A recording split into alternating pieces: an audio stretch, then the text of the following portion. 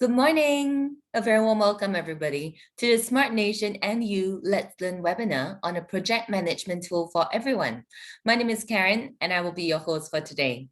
Now, Singapore's Smart Nation initiative is all about using technology to improve the way we live, we work, and we play. And in order to realize this vision, it is critical for Singaporeans to be equipped with digital skills so that they can take advantage of new and exciting job opportunities, especially during this period of time when many workers are concerned about their careers. Now, this is why the Smart Nation and Digital Government Office and NTUC Learning Hub are glad to present to you the Smart Nation NU Let's Learn Festival. Now, NTUC Learning Hub is proud to be the official continuing education and training provider, powering the Let's Learn segment of this exciting event with something for everyone. Today's webinar is on a project management tool for everyone. Do note that this session will be recorded, so if you'd like to recap your learnings, please visit the Smart Nation YouTube channel. A recording of the various sessions will be made available about 2 weeks after the festival. Now, we'd also like to encourage all of you to stay till the end because we do have a post-webinar survey, and 2 participants who complete the survey will win $10 fair price online vouchers. Now, you can also partake in the Let's Learn contest and stand to win $100 fair price online vouchers. Simply scan the QR code or visit the link on screen to find out more. We will be sharing the QR code and link again at the end of the webinar. Now, everybody, today we have with us Aravind, the Associate Director at Copernicus Consulting, that focuses on business outcome-based IT with actionable insights. And of course, today he'll be sharing with us Smartsheet, a collaborative work management platform with over 2,000 documented use cases. So if you've got any questions for Aravind, feel free to use the Q&A function at any time, and he'll do his best to answer them. So without further ado, I'll hand you over to Aravind. Aravind, please. Thanks, Karen. Let me share my screen as well. All right, I hope my screen is visible. So what we're going to do today is I will take you through some slides to give you some basics of Smartsheet, what it's about, what are the options that you have, what are the features and all of that. Then we will actually go in hands-on to the tool where I would show you how you could use this as an effective project management tool, which is more collaborative than what you're probably used to so far. So what we are going to cover today, a very basic introduction of Smartsheet, and I'll show you some basics on some basic concepts of Smartsheet that you should be aware of and how to navigate into logging in. Then we would be moving on to actually creating project plans and project settings on Smartsheet, some conditional formatting, which are visual aids to help you focus on certain areas, assignments and update requests, document attachments. Of course, I'll be covering all of this. And then we'll have a short break as well as a Q&A session. So if you really want to take a break, you can take a break or you can stay back and post your questions, right? And I will try my best to answer them during the session. And I, of course, have 3 teaching assistants with me or training assistants with me who would be actively answering your questions as and when that comes in. Right? So please feel free to use the Q&A section of the webinar to post your questions, any questions relating to the session. Hi, Aravind. I hear a very slight echo. I'm not sure if you've got other devices that's also nearby you that's also emitting sound. I see. Okay, let me try to. All Shouldn't be right. getting anymore. Sure. Yeah, thanks for that. No problem. So then we will be going into formulas, workflows, different views that you get of the same data, because each of us prefer to see things in a different manner. So there are options for that. Then we will go into reporting and dashboarding, followed by another Q&A session where we end. So some pointers before we begin. So you can sign up for a trial account for Smartsheet if you've not used it. So there's a link which is shown, and I believe the same link would be posted in the chat as well for you to go and download your trial version, which is valid for 30 days from the time you sign up. There are some restrictions on the trial account, one being sharing it to limited number of users. And we would cover sharing during our training session. So you know what I mean when I say sharing is restricted or how to share and so on and so forth. Yeah. Some housekeeping, as I mentioned before, always use the Q&A session for all your questions. keep them coming as and when, ask as many questions. That's when you would actually get more clarified in terms of how this works. And when you download the trial, if you've already downloaded the trial, or if you're in a paid version of Smartsheet already, you can actually do side by side during the hands-on session if you prefer to do so. Right? There is a competition as mentioned, which would be after this webinar. So there are some source contents, some a checklist which helps you or guides you in terms of what you need to do to complete it successfully. Please be sure to participate in that. It's free of cost to participate, and there are exciting offers or gifts for the person who wins. The deadline for that is 31st of March. Right? So I would go on to the introduction of Smartsheet now. So what is Smartsheet? It's actually more than a project management tool, but in this training session, we would be focusing primarily on using it for project management. Yeah. So it is actually a collaborative work management tool, which means that any tasks that requires a lot of people to come together, especially in times like these, where most of us are working from home, from different locations, for us to effectively work together, give our updates, be on constant touch. This is a tool that helps with that, right? It's truly line of business agnostic tool, which means that it could be used by any business scenario, and it's completely cloud based, which falls right into where the whole world is moving. Right? Almost gone are the days where all of us had server farms and big server rooms and all of that. Now it's all cloud, so we save a lot on infrastructure and space, of course. As mentioned before by Karen as well, briefly, right? So Smartsheet has over 2,000 documented use cases, which means that it could be used in multiple such scenarios. And what you see right now are some samples. So right from sales to IT to operations to project management to finance to HR, a lot of different divisions or departments or functions within a single organization can use Smartsheet as a single tool for their line of business. Right? What does it offer? What does it have? So these are some features that are available in Smartsheet. So right from having real-time dashboards that any one of us can build without any technical knowledge whatsoever. This is all drag and drop. It's a complete no-code software or a platform. So you have your card views, you can attach different files, you can have different levels of automation workflows, not necessarily limited to approvals, but even simple alerts or getting update requests and so on. It has its own native mobile app. Now, I'll not be covering the mobile app, but once you sign up for a trial, you can also download the mobile app, which is available in App Store and Play Store for Google and Apple, of course. And that you can use the same credentials to do the same sort of work that you do on the web interface on the mobile. So right from updating sheets, creating sheets, looking at dashboards, modifying your reports, everything could be done on your mobile device as well. So you're basically on the go with the mobile app that gets and it's synced perfectly. So anything that you do halfway on your web, you close it, you can reopen from your mobile and continue from that point onwards as well.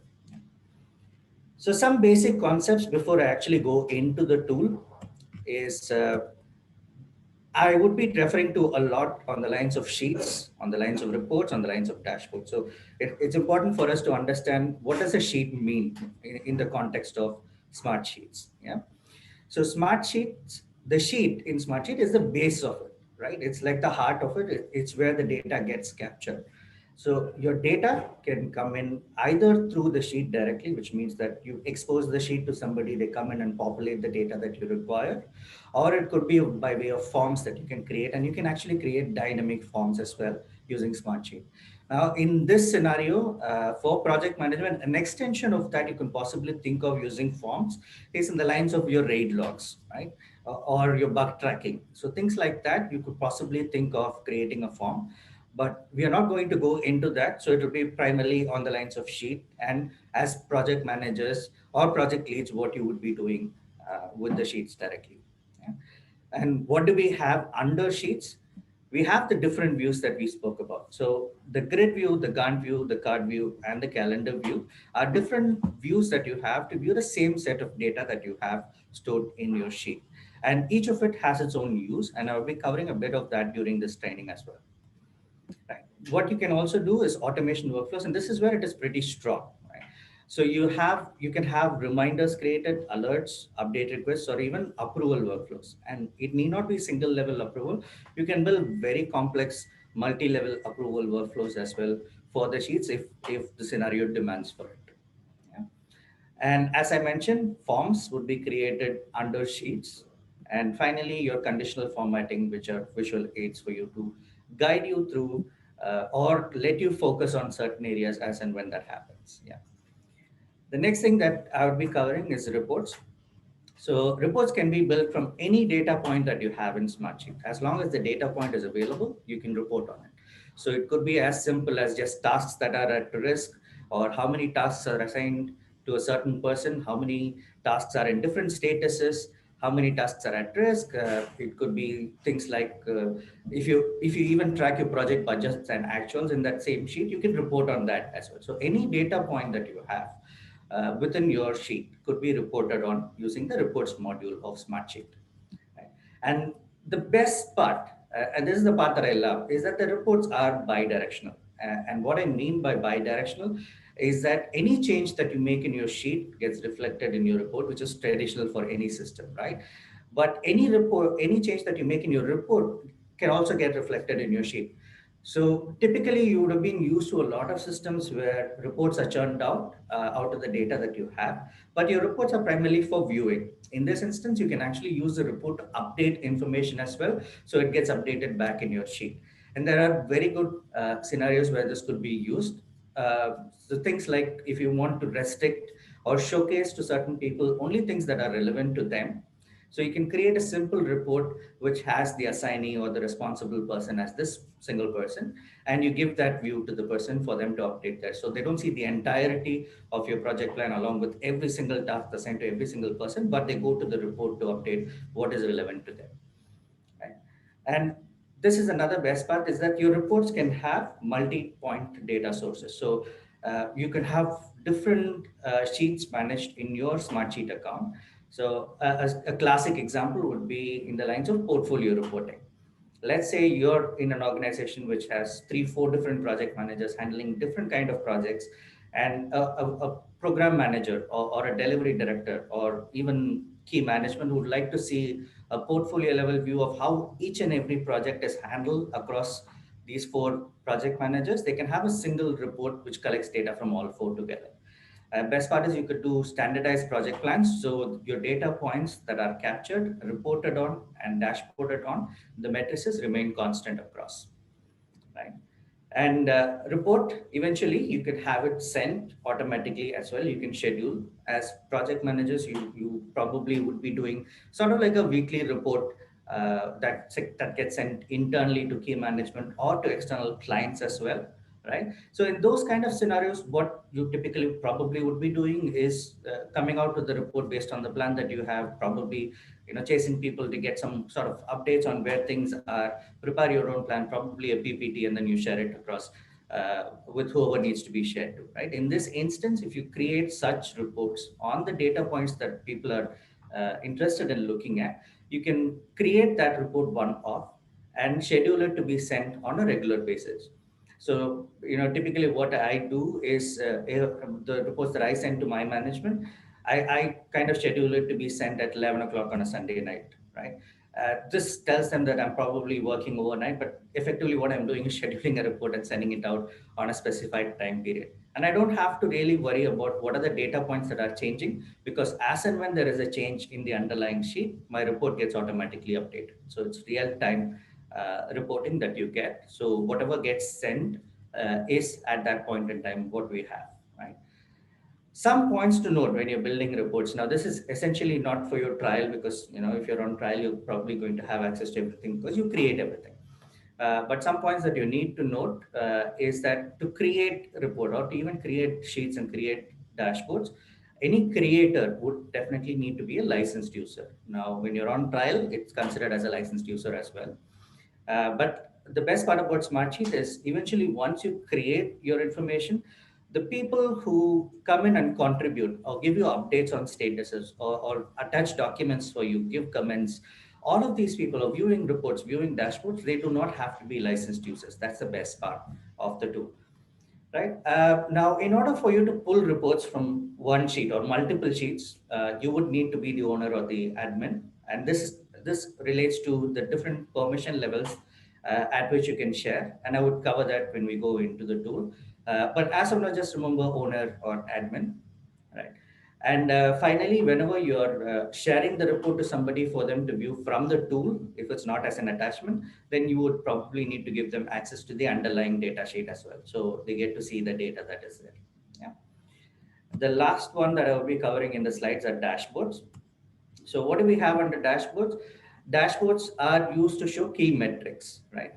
So this is a view only sort of a dashboard, but you have a lot of components that you can have in your dashboard. Unlike your reports, which are going to be tabular in structure, your dashboards could have metrics, could have charts, and not specifically only bar charts, but line as well as pie donut charts.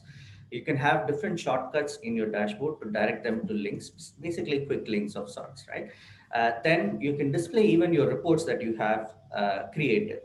Now, if your objective is to create a report and show it in a dashboard for people to just view, you don't have to give the person underlying access to the sheet, right? You just need to give them access to the dashboard, and that's good enough. They can still see the report and the data point. So that's the difference between, embedding a report in your dashboard versus giving access to a report in itself. You can have image widgets. If you're doing internal company projects, you'll probably just have your company logo. If it's for specific products within your company and you have product logos or product brands, you can have that in your dashboard. Or if you're doing for end clients, then it could be your client logo as well, and color schemes to be displayed, as you've done something for them specifically. Title is merely a text, and of course, rich text content can be used for any content that you want to display on the dashboard. It could be how to read the dashboard. It could be what are the key matrices, what are the calculations used, some notes of sorts that you can have there. And finally, is web content where you can pull PowerPoint presentations from some links, or you could even do YouTube videos. A point to note here is if you're going to sign up for a trial and use this, the web content widget is one that you will not find in the trial. It's only visible in the paid license. Of course, you don't have to worry in the aspect that your contest will not cover that aspect as an evaluation criteria, because a lot of you, I'm assuming, might be on trial version. So we won't be using that when it comes to what we are doing today as well as for the contest. So some navigation points for you. So what you would do once you sign up for a trial, or if you're already an existing user, you go to smartsheet.com. And once you do, you find a login, which is highlighted on the right side, top right. Yeah. Once you click on it, you would see a page like this where you would enter the email address that you used to sign up for and the password that you set for yourself. Right? Then you would be able to log in. Now, what you see below as login with Google, Microsoft, and Apple is if you have a corporate Google account or a corporate Azure AD account, sort of like that, and you have a licensed version as an enterprise license, then you will be able to use that. So at the moment, we would only be focusing on these places for you to log in, right? Now, once you do log in, this is something that you see, right? So depending on where you were, so you could possibly see sheets, workspaces, or resource views, or deleted items. So these are in the home menu. Work apps is something relatively new. It's an exciting stuff for us. It's where you can build your own application, no code, but we won't be covering that in today's session. What you would be going through is sheets, which are like a folder structure for you to store everything and anything and everything. So it could be sheets that you store under them. It could be reports. It could be dashboards as well. If you have very limited set of information, you could store it there. Or what I would recommend is that you create workspaces. Workspaces are again like sort of like a folder structure, but what it helps you is your sharing becomes easier when you create a workspace. So in one go, you can share everything that you create under it to people who needs to be shared to with respective permissions. So you can create a workspace, and under that could be sheets, reports, and dashboards, and you just share once instead of sharing each of it individually, right? And on the left navigation, what you get to see. So the folder structure right now is where you access your home. So the moment you click on it, this is what you would see as your options, right? The next one that you probably are going to see is your recents. So this is like anything that you have accessed recently, and I will show this to you in the tool. Next one is your favorites. So anything that you select as favorite, and you see this the star icon across everything. So you just have to enable that to make that as your favorite. So all your recents, all your favorites are always available on both places. So when I say both places, it's on the web interface as well as on your mobile device. And finally, what you see as a plus button is a solution center. That's where you get some pre-built templates available. So you can search for any template. So it could be project management, it could be reporting, it could be finance, it could be sales lead tracking. So all of that, all you need to do is go in and you will have a pre-built template available. So it could be just sheet, or it could be a set of a sheet, report, and dashboard. So that actually forms as part of like a starting point for you to know what kind of columns you would probably need to have, or what kind of data points you would need to have when I think about having this sort of a scenario. It's not completely tied together. It's more of an example for you. You can build on top of it, try to understand that, and build your own linkages, right? So now we would go directly on to the tool, right? So I would open the tool directly now and show you from that point onwards where we go. Yeah,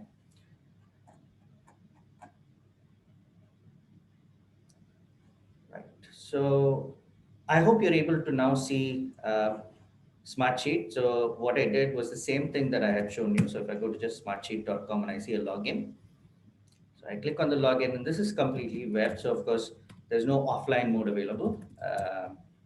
You would need to be connected to the internet to access the system. Yeah. So I've logged in with my user credentials, and it'll take me probably to the last place that I was in, right? So I go to my home. So this is my home page. As you can see, pretty similar to what I showed. These are my recents where it shows all the recently opened stuff. So right from dashboards to normal sheets to reports as well. So this icon, the icons that you see, so when you see sort of like a folder or a spiral binded document, that's a report.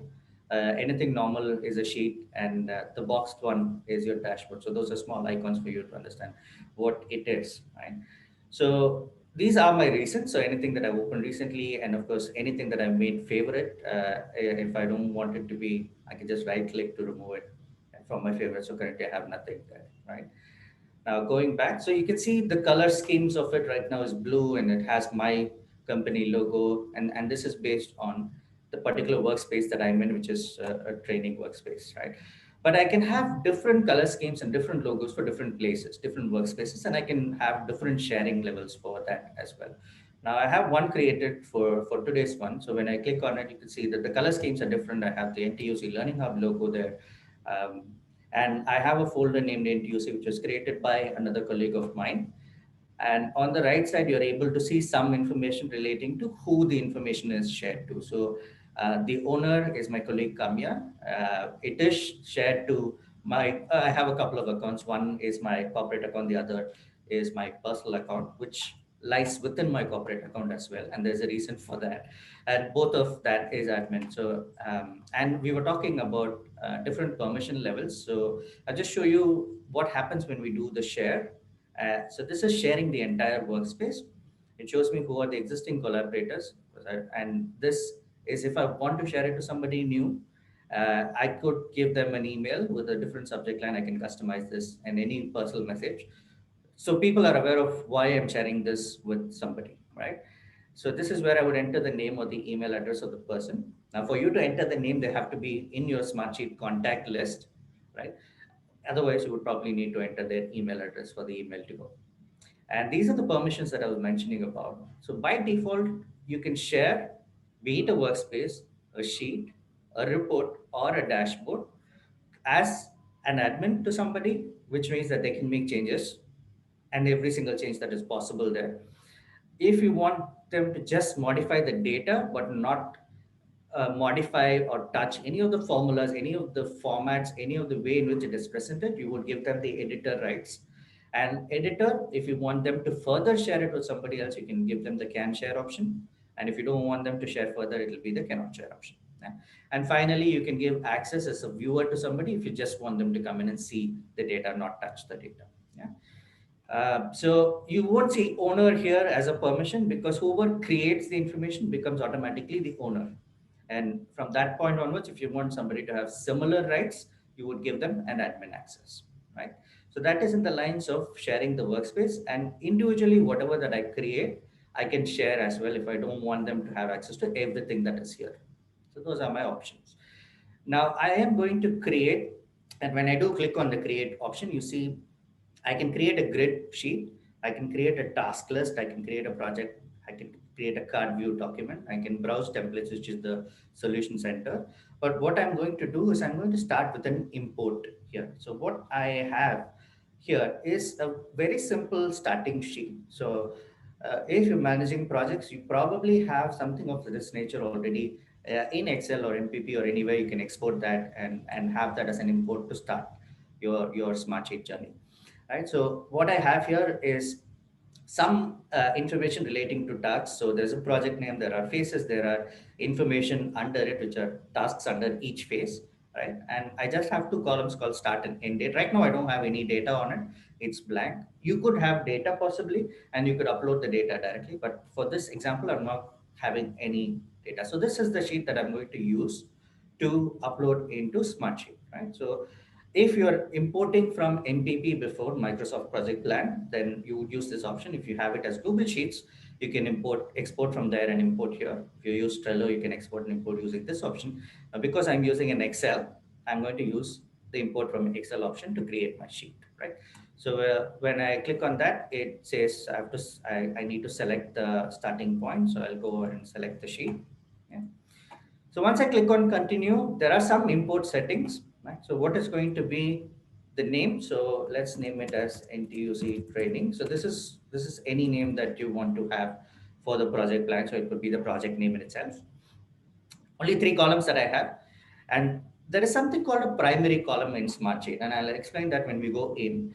So it is important to select that, and because once you do select a primary column, you're not able to change it moving forward. Then it becomes a difficult task to actually copy information from there, move it to somewhere else, and then copy and move it to the primary column to ensure that whatever you want is in the primary column. What I mean by primary column is this is one column which is always the text or a number field, and it will always be there in every sheet. Whether you use it or not, it's up to you.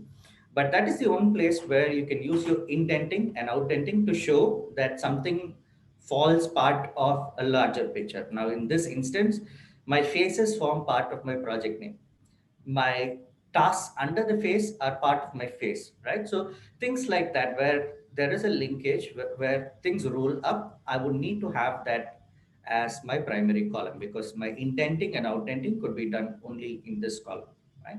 So it is already selected, so no problem there. But if you have a larger Excel which you're uploading or a larger project plan that you're uploading, ensure that you're very conscious in selecting where you have your milestones, your descriptions, and so on. Right? And if there are any formulas that you have, you can import the formulas as well. So this could be formulas to calculate risk. It could be formulas to come up with some values, that you already have. You can include it or you can uncheck to exclude them. In this instance, I don't have any, so it's not going to make a difference. So let's go ahead and import. So the sheet is created now. So the same thing. And if you look at Smartsheet for the very first time, it's almost looking like in Excel. The look and feel is slightly going to change in the in the moving forward version. Uh, but you would get to see that probably by early to mid April when the change actually gets rolled out. Right. So as of now, it looks like this. So this is the grid view that I have it in, and this is my primary column. So you have an icon which is what this means. So this is the primary column, and how do I indent and outdent? So that's the first thing that you're probably going to do, is that we are going to ensure that this project is properly structured.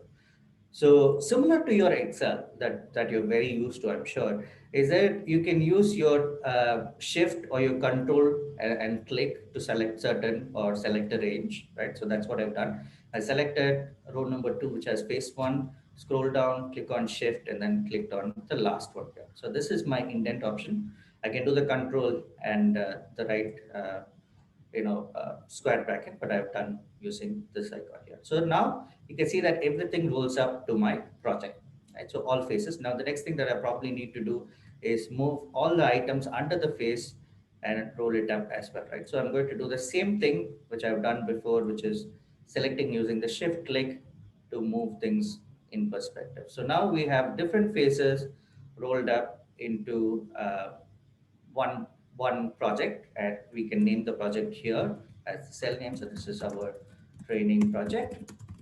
Yeah. And in one click, if you want to expand all, collapse all, we can, right? So I have expanded all.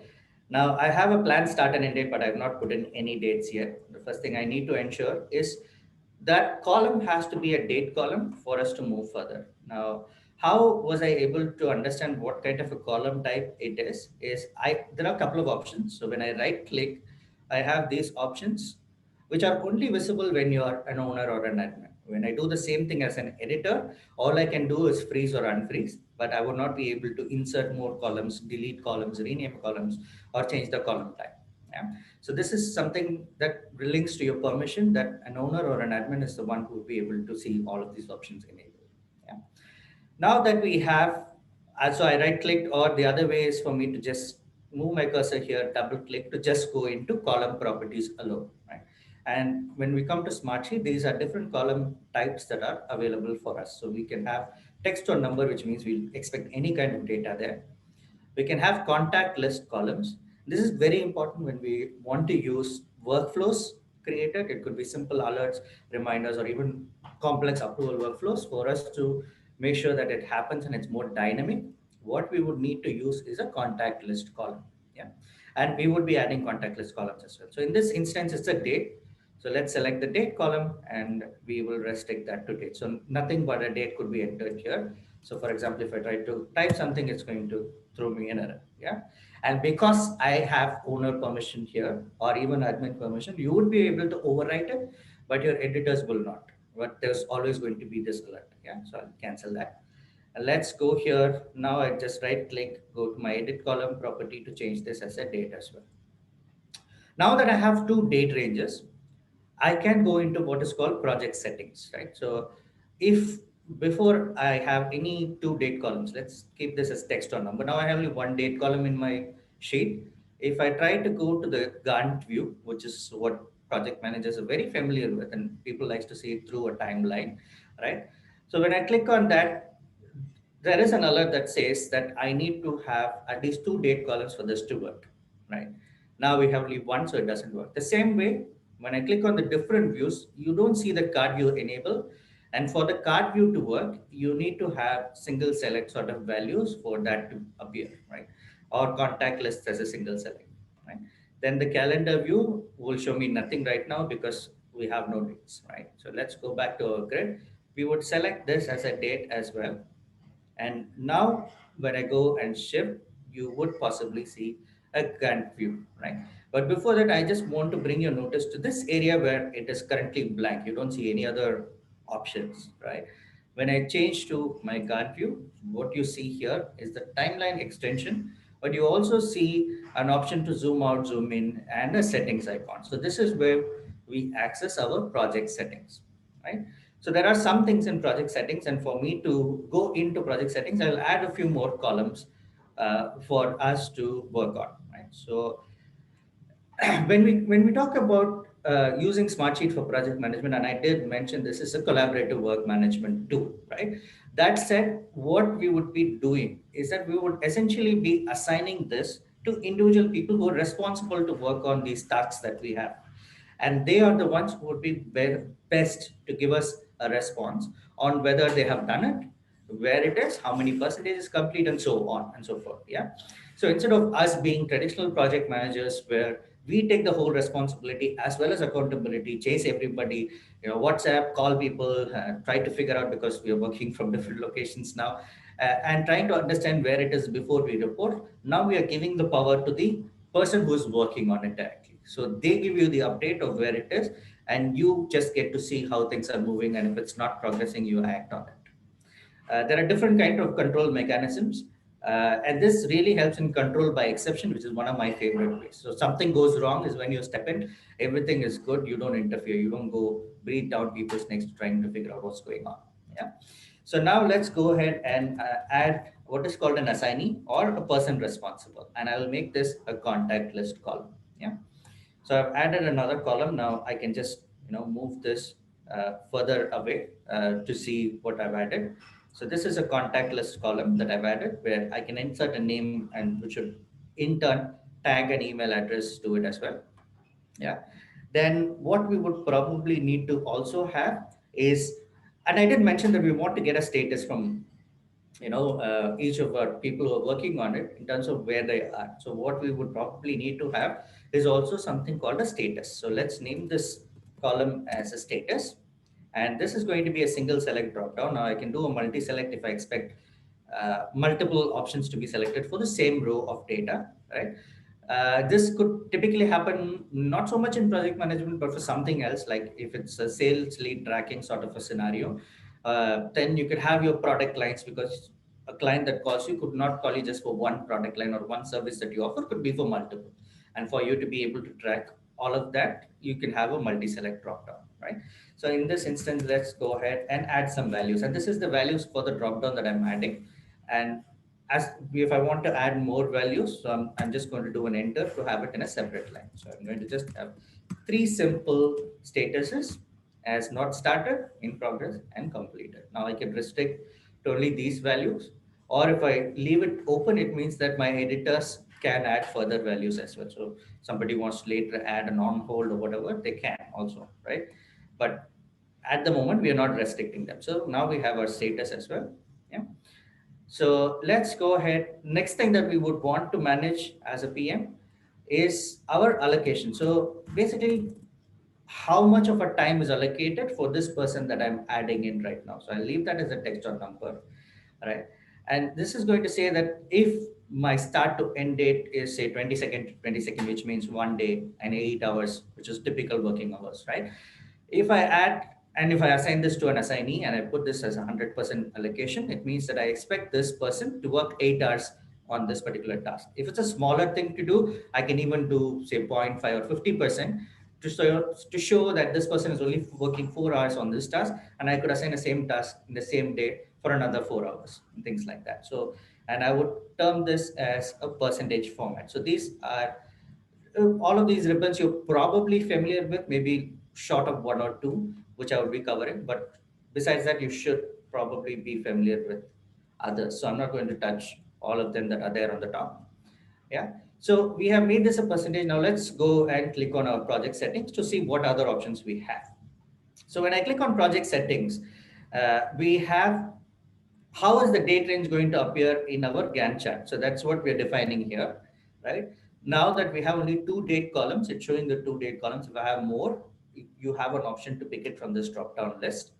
So we have, right now it is picking plan start date under start date column and plan date end date for the end date, right? We are happy with that. We would leave it at that. It says that as an option, I can have a percentage complete column as well. Now we don't have any such column. We just have an allocation. So it's showing that. So how this picks up is any column that we have open as a percentage, it will show it under here for us to pick it up. Right now, I'm not going to pick anything. We would leave it at that, but we would definitely create this as well. Right? And there is a good use for it, which I will show you. What I also want to do is enable dependencies, so it helps me track my project in a better way in terms of critical paths and so on. So let's go ahead and enable. The moment that I click on it, it says duration and predecessors have been added automatically by Smartsheet. And I have a help icon to go into a help article to understand about this if I'm not very familiar. And in most cases, when you access Smartsheet for the first time, you do something for the first time, there are always helpful widgets that pops up, like your tool tips, and then there are the very short videos, like 50 seconds, 1 minute sort of videos available for everything, which helps you brush up your knowledge or guides you on what that means, right? So that it's pretty helpful in that instance. Now that we have dependency enabled, we have predecessors, which is going to show what each of my task is dependent on, right? There are going to be dependencies, so we are going to show that using predecessors and of course duration. And on the right, what you get to see is working days. So I can go edit here and change this. Now, if my company works only from Tuesday to Saturday, I can change it accordingly. So it depends on how your organization works. The working days you can select, and the number of hours that you typically work could be 8, it could be 9, right? Depending on the organization. And if there are any holidays to be excluded, you can select that here. Now, we all know that next week, second is a holiday, Good Friday. So let's select that as a holiday, which means that whatever plan that we do, will not consider this as a working day and will skip this day. So if let's say a task ends on 1st of April and the second task begins after my first task ends, it won't plan for it to happen on the second. Instead, it will start it on the 5th, which is the Monday, right? So that's what will happen. And we could keep adding public holidays as we see based on it could be you work for different clients from different locations and you follow their time zone, which is why this is very project specific. So for this project, what are my holidays, what are my working days, and what are my working hours? Yeah, so that's what we're defining here. So I'm just doing one.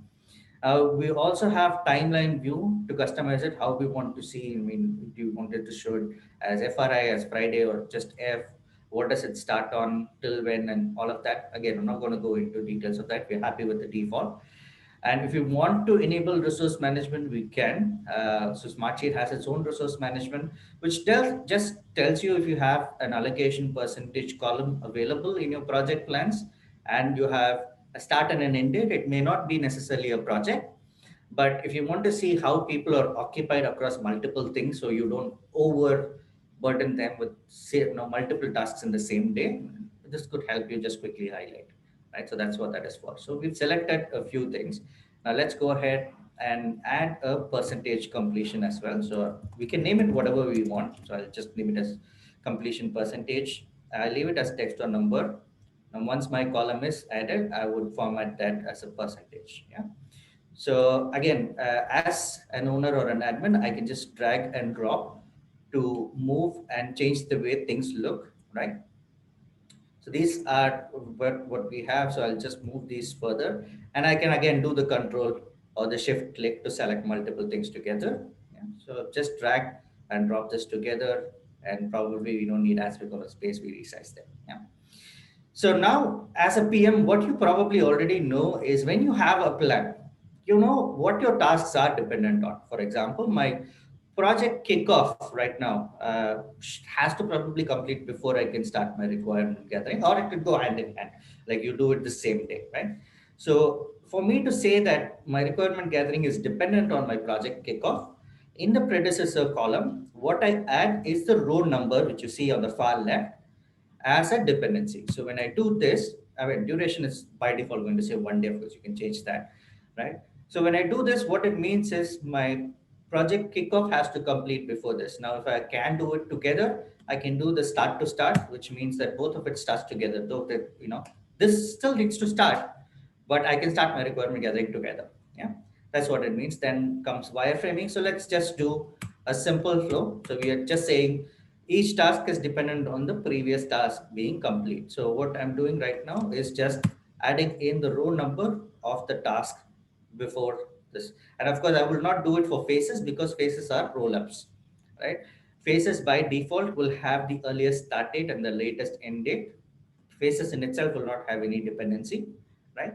And of course, my project plan in itself will take the earliest start date of my very first task or any task that has the earliest start date and the latest end date as the overall project plan, right? And we are going to see that in a short while. So let's go ahead and add these details, right?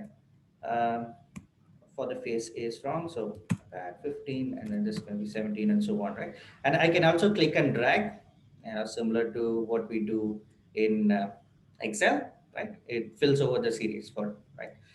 So now that we have predecessors enabled, let's go ahead and do duration. So let's say this is going to be 5 days, 2 days, 3 days. Sign off could happen basically in a day. Then development is, I'm being overly optimistic. I'm just saying 3 weeks we'll get this done, right? Which typically doesn't happen. So just some days that I'm randomly putting in because this you would have details from when you have your plan in hand. You know typically what is going to be the duration of each of the tasks, right? So yeah, let's go ahead and give some dates here. And yeah, so now that we have some duration for all of the tasks in, we still haven't come up with a start and end date. And I hope you've been noticing here as well. There's a notification which says that I've not saved my changes so far in the last 10 minutes. So I have an option to just click here or click here to save, or just the Control S, which all of us are familiar with. If you're more of a keyboard person, I am one, so I prefer the keyboard in most of the cases.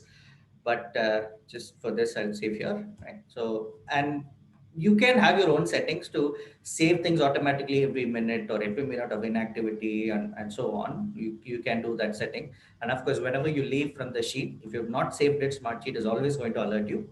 Or you can have a setting made to say that automatically save it when I leave. So it depends on how you wish to see that. Yeah. So now that we have some things enabled, let's go ahead, and now that we know our project is going to, let's say, start from today.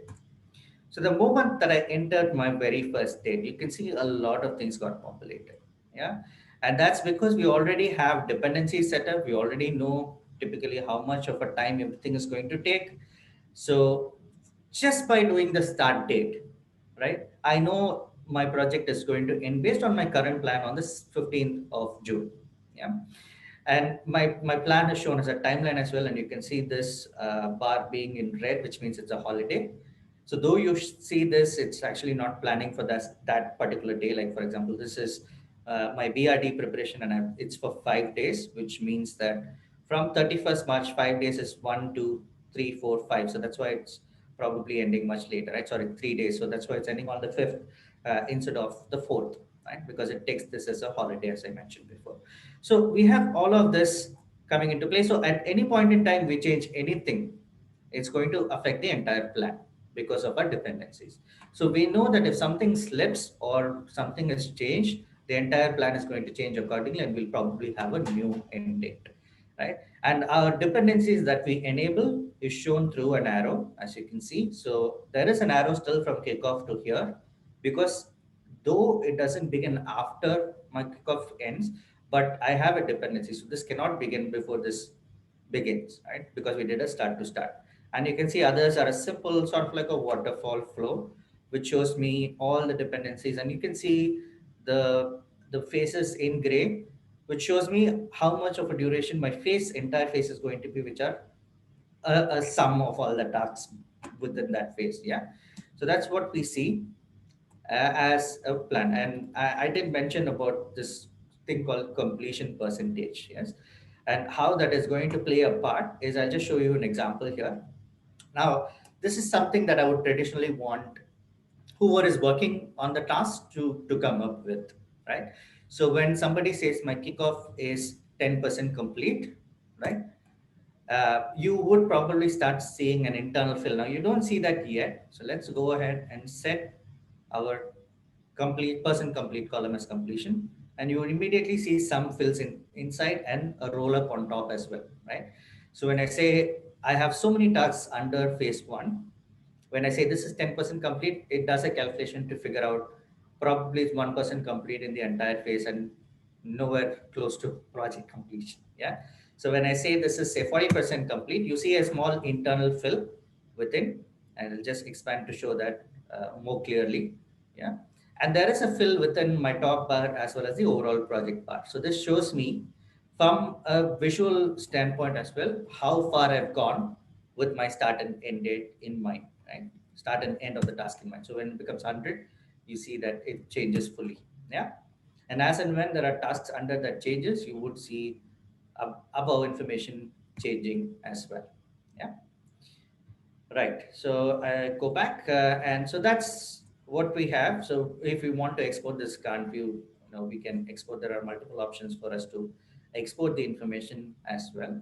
Now, so these are first few steps that we have done. So what we have done so far, we have tasks. We had start and end date. We have just using these two columns, we were able to come up with the whole set.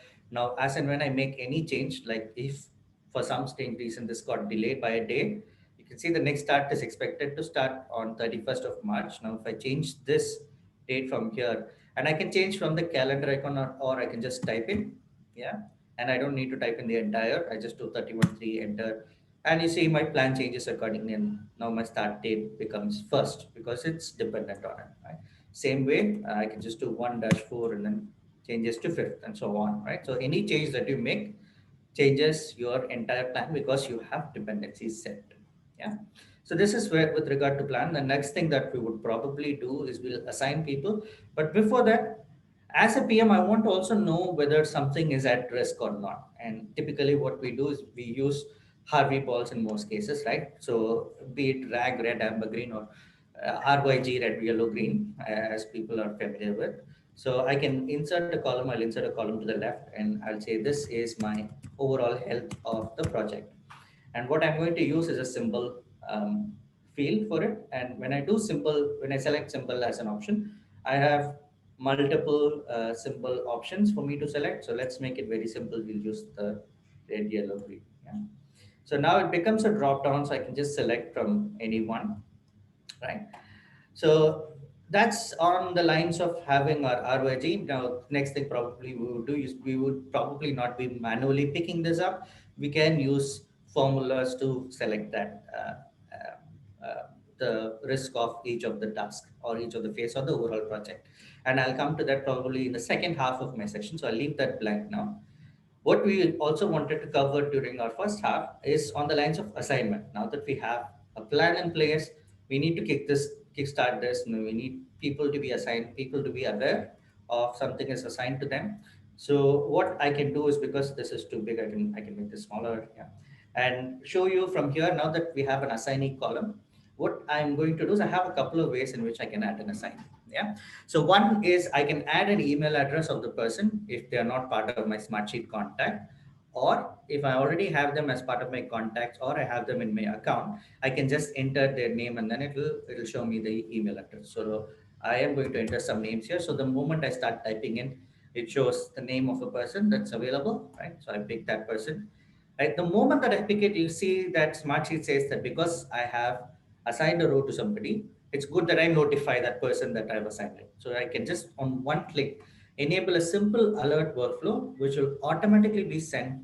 So as and when a task gets assigned to somebody, they immediately get an email from Smartsheet saying that you are assigned a task in this project, right? And they get to see the details of it. So I can in one click enable a workflow, which in a traditional scenario, I probably will need to manually communicate. I need to gather my team together and say, okay, so you're going to work on this, send them as an email or whatever, right? Instead, the tool lets me do that. So I have enabled it right now, and we will go into, and you can see a workflow is created already. We will go into the workflows in the later section as well. So I will not touch that for now. I am going to enter some emails probably which I do not have. So let me see. Right. So the moment that I start typing in something which is not in my contact, you can see that I do not have an autofill option, right? Things like this, where the person is not in my list, but I can still add an email address. They'll still get the email because they're not part of my contact list. I don't see it when I'm typing it out. Versus when I do type out and they are part of my contact, I can easily select them. Right. And what I mean by contact is right here. When you click on your icon, you have this My Smartsheet contact option. So here you can go ahead and add your contacts. You can import contacts from multiple places to have your contacts, or you can individually add, just give a name, just give an email address, and it's there. I can see that Mayank, Kamya that I just added are not really part of my Smartsheet contact, but they are in my account, which means that because I'm part of a corporate account, which I have, right? And in my account, if there are other people, I get to see them whenever I start typing in their name. So if I type in any other names, it's not going to show up, right? So I can select any such name, and their details comes up. So this is the next thing that I would do, which is assigning tasks to people. And the moment that I assign, it's going to throw an email to them saying that they are assigned a particular task. Now, I don't know if you guys noticed, but there is this small icon which says that when I assign, and this is at the point of assigning, that it says that this particular person that I've assigned the task to on this date range is over allocated, right? And this is where, if you remember, we did a resource management enablement, right? So it shows the resources that I have added in this project, the three people that I've added. You don't see the fourth one because the fourth one is not part of my account. And you get to see that in NTUC training, I've assigned Kamia, for example, from Monday to Thursday, 100% of the time. But on other sheets, which are other projects where I don't have access to, she's allocated 150% and 100%. So probably not a good idea to use her if I need to maintain these dates. So let's go ahead and change this to some other email address. So you see that icon goes off, right? So the moment that I add somebody who is over allocated, it shows up. So this is what basic resource management does for me. Uh, High end is, of course, through an additional tool which we will not be covering right now. Yeah. So let's go and change that. So this is the way in which we would assign. So this is like a one-time activity that you're probably going to do, where you assign tasks to people, and by default, it takes 100% allocation. But if we want to change the allocation, we can as well. Yeah. So if we say that, okay, this is only like a 4 hour kind of a thing, then I can just allocate 50%. And what this helps with is, uh, if Mayank is assigned somewhere else on the same day, as long as it's 50%, I don't see an alert, right? So he can still do both the work. If he's allocated more, he can't. That's what it means. Right, so that's in the lines of assigning, right? Next thing that I wanted to cover was going to be conditional formatting. So that's something that takes us to the top ribbon. So this is where we have conditional formatting. And as I mentioned during my slide deck, that this is something that gives you a visual aid of things. So this could be any visual aid that you can think of to help you quickly focus on certain areas in your entire project. Now, my entire project is pretty long. I have a lot of things. And from a timeline standpoint, I know where we are. But when we look at from the sheet in itself, right, be it in the Gantt or the grid view, I do not know what's going on really. Right? So if I want some visual cues, I can add conditional formats. So when we click on conditional formatting, we have an add a rule option. So it shows an example, right? So if something happens, then apply a format for a particular column and an entire column. So that's how it is going to be working. So let's go and click on add a new rule. So when I do, you can see that it says if, and here's where there's a link. I can set a condition, and the condition could be based on any column that I have in my sheet, right? So if I have health, so under health, we added red, yellow, green. So I can say if my health is red, for example, I want a particular format, and I can do the format selection here. So I can change the font, increase font size, bold it, italics, underline, all of this you're familiar with, or just highlight them. So let's go ahead and highlight it in red because it's risky, and I'll have the text as probably not the taskbar, but the text as white, so it's visible still, and not for the entire row. Probably I'll just do it for my task, my start, end, and who it is assigned to. Okay. Now we have one condition. Now, if I wanted to add multiple conditions, I can do an and condition by selecting here. If in similar lines, I want a different format for things that are in yellow risk, I can just clone the rule, which replicates the same thing. And I can go in and just change the format, change the condition, or whatever, right? I can disable, I can delete the rule, I'll delete. As of now, we just have one condition, which is health. If that column has red, it's going to turn a few columns, which are task, and I can do the entire row if I want to. But in this instance, we'll just do task, start, end, and assigning. So we get to select which columns we want to see it in that fashion. Yeah. So how is that going to work now that we have set it up? Let's go and change this to red to show how that looks. So you can see that the moment that I change it to red, it highlights. So I'm immediately drawn to say that, okay, something is going wrong here, right? Or I need to pay attention here, right? So that's what it helps me doing, right? So it happens no matter what, because we have only one condition, right? If I go and do an uncondition here and say my health has to be red, as well as say my status has to be not started. When I apply this, you see all of the formats that we did goes off, because now there are two conditions, not just one. So both conditions have to be met in order for this to work. So let's go and do it just here. And no matter whether there is a person assigned or not, I can see it. So same way, I can even have a format. Let's say I keep adding more and more tasks under it, I'm breaking it down further, and if I miss to add people under it, so that could be one of the conditions that I could have to help me think that I have probably not assigned. So here it shows me the people that I have as defined criteria, and this you can see is going to change based on what I select. Yeah. Now I can even do a custom criteria. So that's what I'm going to do. I'm going to say if this is blank, right? Then I want a yellow, not for the entire row, probably for the assignee. So I know which columns I have not added an assignee. So as and when I keep adding more and more tasks under on an ad hoc basis, if I miss to add an assignee, then it means nobody is notified, nobody works on it, right? So this helps me quickly look at things where there are no people and I can assign it as well, right? So that is in the lines of conditional formatting. So with that, and of course, in terms of our resource management, we can see it here as well, right? If they are assigned to only one, you can see one. If they're assigned to multiple, you can see multiple, right? And this, you get to see it as a link as long as you have access to those sheets. If you do not have access to the sheet, you're probably going to see other sheets just the way I showed when I was showing through Kamya's one. Yeah. So with that, we come to the end of the very brief first session. Now we'll be going into details of further getting into aspects of formulas and things like that in the after break session. So with that, I would stop and give you time for your Q&As or breaks. Feel free to keep them coming, and I believe some of it are already asked and answered. Keep them coming so our team could answer any of your questions. Yeah.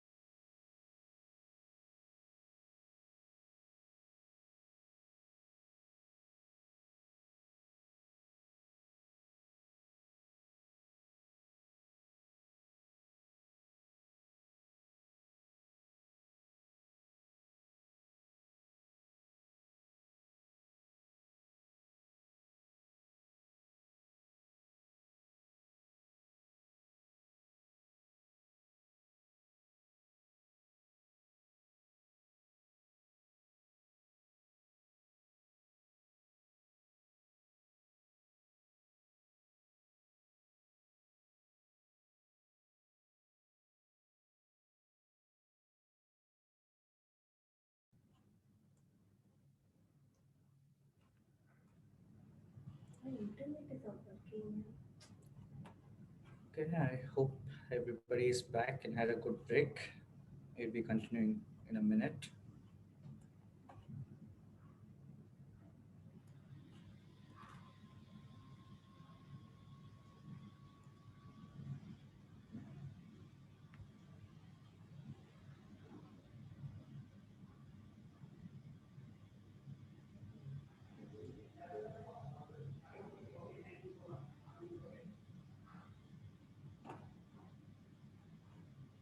Okay, we are back.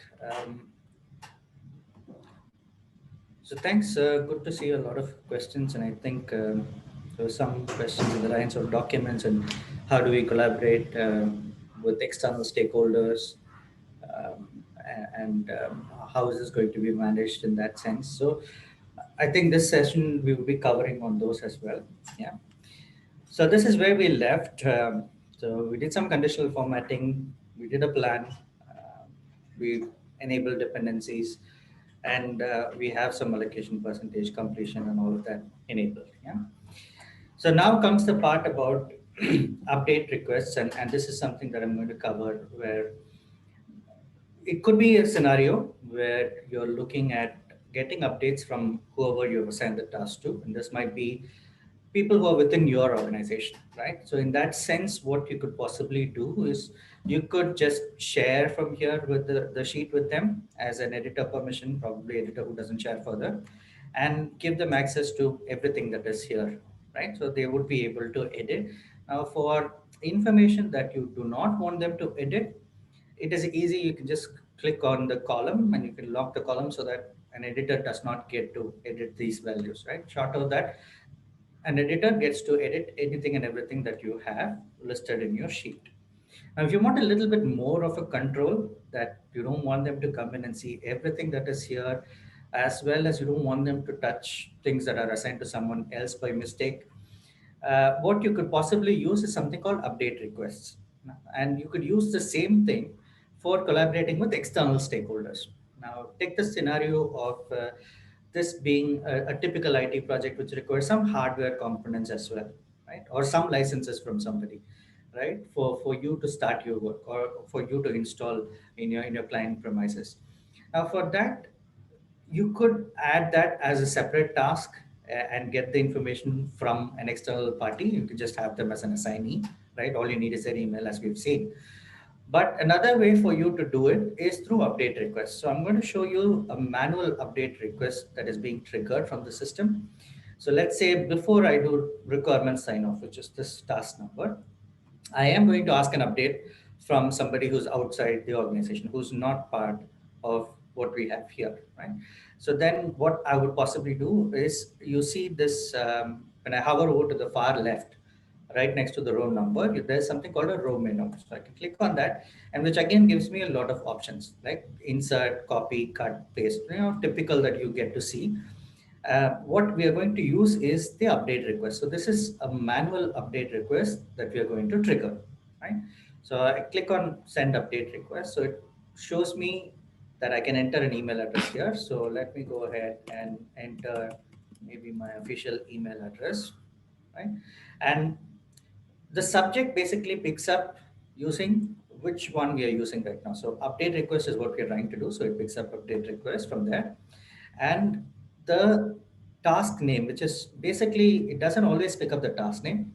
It picks up whatever information you have in your primary column. So another use of the primary column is if you are trying to do this automated, you want the subject line to reflect something which is relevant where you don't have to necessarily change, then you would need to keep that under the primary column because that is what gets picked up by default. Now, if I wanted to change this, I can. I'm not going to. And there is a standard message. I can change this message. So I'm going to say, please update on licenses delivery. Right. So this is the message that I'm passing to somebody who I expect to give me licenses in order for me to do my work moving forward.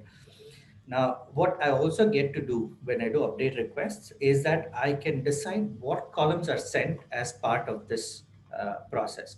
I don't have to send them everything. I can send them limited. So I can click on this edit here under include, as you can see. Right now, it is picking up all columns that we have in our sheet, right? So I can in one click uncheck and then select which months that I want them to use. So here what I'm going to do is I'm also expecting, let's say, some sort of a code or some sort of a document. Then I can allow for external parties to give me attachments as well. Right? So I'm going to enable an attachment. I'm going to enable a comment for them to enter their comment, the task name, which is requirement sign off. If I don't want it, I can remove that as well. And usually we won't be expecting a status to be filled in by somebody external if it is not tagged to them. But just to show how that comes in, I would enable that as well. Yeah. So only four columns being sent: attachment, comments, task, and status. Yeah. And here, if this is going to be a repetitive process, that for the same row of data or for the same task, I expect continuous updates from somebody, and this person that I'm sending to, I can make it automated as well for this row or this task. Right? So I can send it weekly on a certain day. I can send it monthly, yearly, daily, or just once. So for this example, I'll just do it once. So it is going to my official email address, and four rows, four columns of data is what is going to be sent. Yeah. So once I do that, you see that there is a notification that says that an update request is sent. And I can see from here as well a new icon, which shows, and this is icon will help you on a quick glance to see which rows of data where an update request has been sent, but not responded yet. It is in a pending state. So I can double click this to see who was it sent to, by who, what was the subject line, and when was it sent. Yeah, so it was for row number 7. So that's what it shows me. Another place from where I can look at all update requests is on the far right. You see the same icon here called update requests. You can click here to see everything that has happened. So any and all update requests that have gone for this sheet or this project plan is shown in one place with its own status. Yeah. So now that an email has gone in, let's go into my email, and here's the email address that's come in. Right? So I get to see the subject line, which is update request sign off requirements, right? And please update on license delivery was the message that we input. And you see only two rows of data here, which is requirement sign off and status. I did add attachments and comments. So how is this external party going to collaborate with me or give me the details that I want is through this update request form. Somebody clicks on this, it opens in a browser an update form for them. So as you can see, it takes the same branding as what we had in our workspace with NTUC Learning Hub logo and all. Right. So there is a requirement sign off. That's what we're asking for. And I am going to put it as in progress, and I'm going to attach a file as well. So some sample file that I'm going to attach. There's a file that I've attached, and I can put in a comment as well. So I'm going to put in a comment saying delivery scheduled for tomorrow. Yeah. And I can choose to send this to myself as in whoever fills the data as a reference point, or just submit in this instance. Yeah. So it says the request is submitted. Now, if somebody tries to click on this again, it won't work because it's already submitted. It's only one time. Right? Now that we have the data, you can see when we go to our Smartsheet, it says changes are made, right? And for us to refresh, so let's go ahead and refresh our sheet. And once I refresh, right, now you no longer see that update request icon. So if I wanted to see what went on, I can click here, and now it says it's completed, right? So what was done? Now, if I wanted to quickly have a glance of what has changed, there's this function called highlight changes, right? And I can select a color for that, so I know if something has changed. The moment that I enable, so this is in the last 1 hour, everything that has changed, right? But I want to see from the last time that I refreshed. So it indicates on one quick glance that there are a couple of items which have changed since I refreshed the sheet. These are the new additions, right?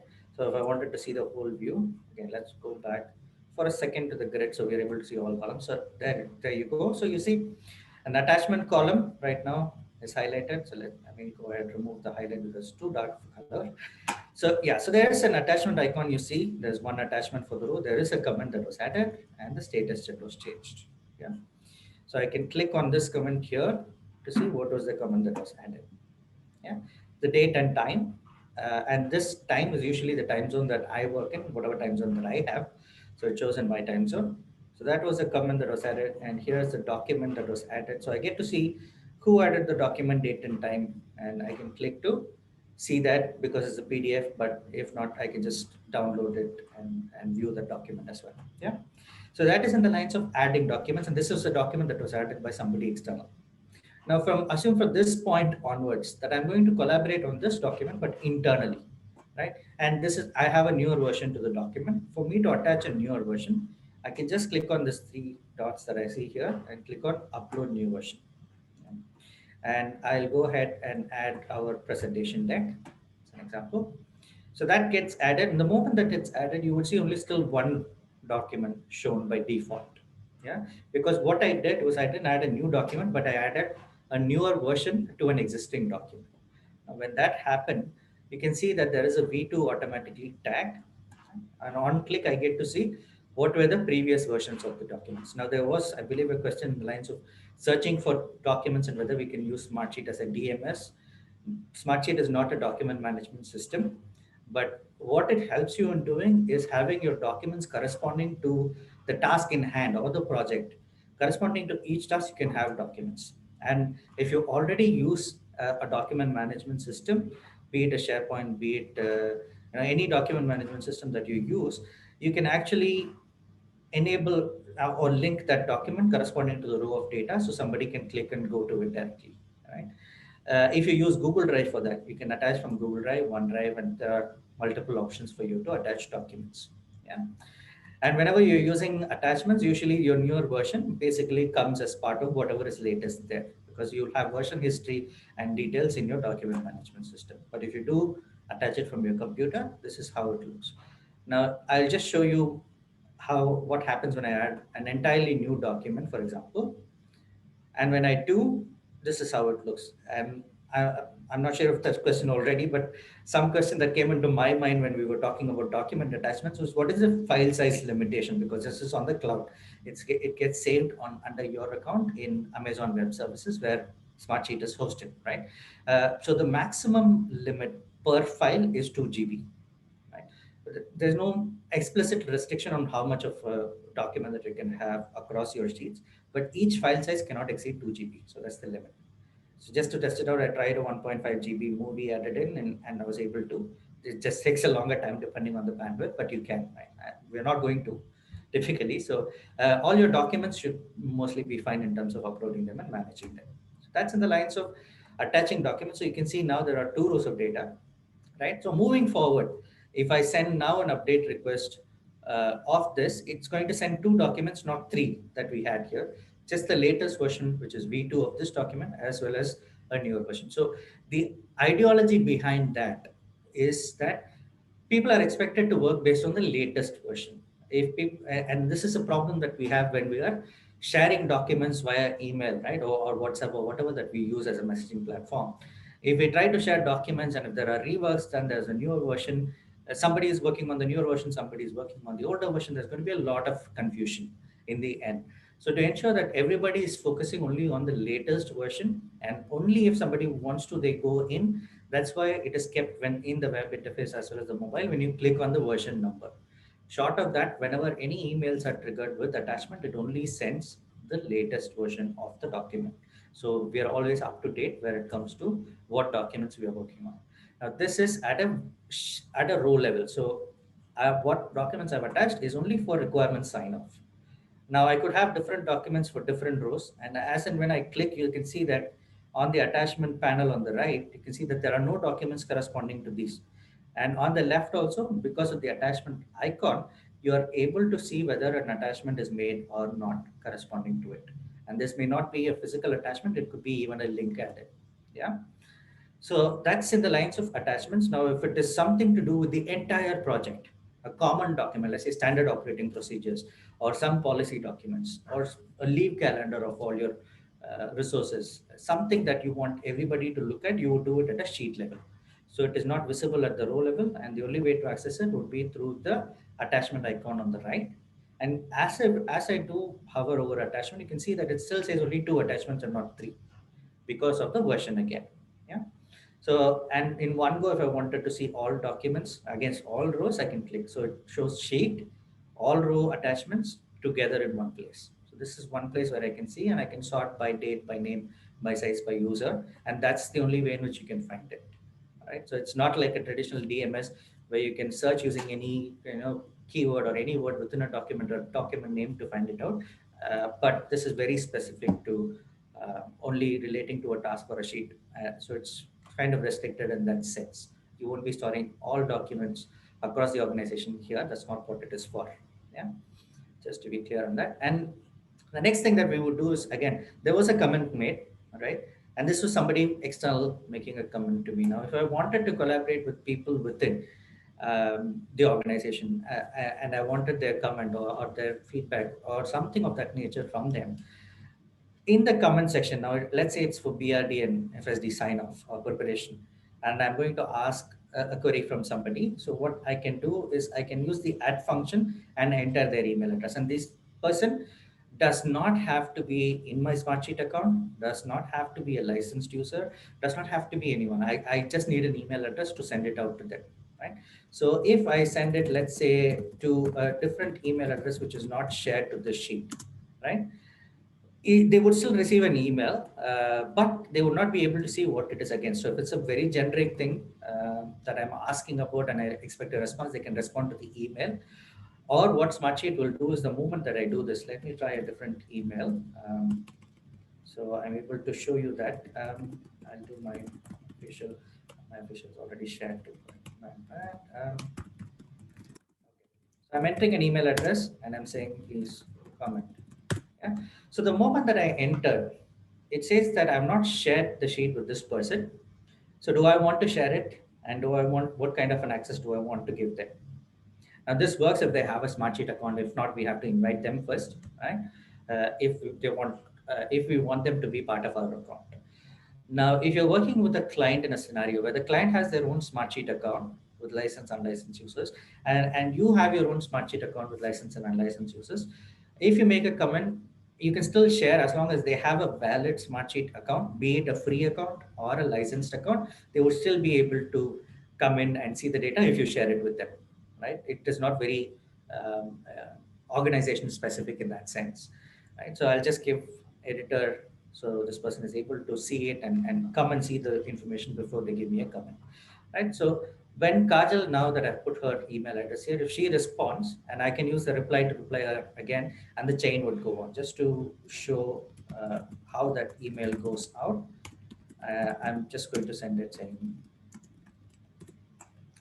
just a please reply. And I've already shared the sheet with my official email address. That's why you don't see that pop up. But if I use a new email address every single time, there will be that pop up which says I've not shared it. And this is corresponding to the row. The same way in conversations on the right, I can see overall conversations for the sheet, right?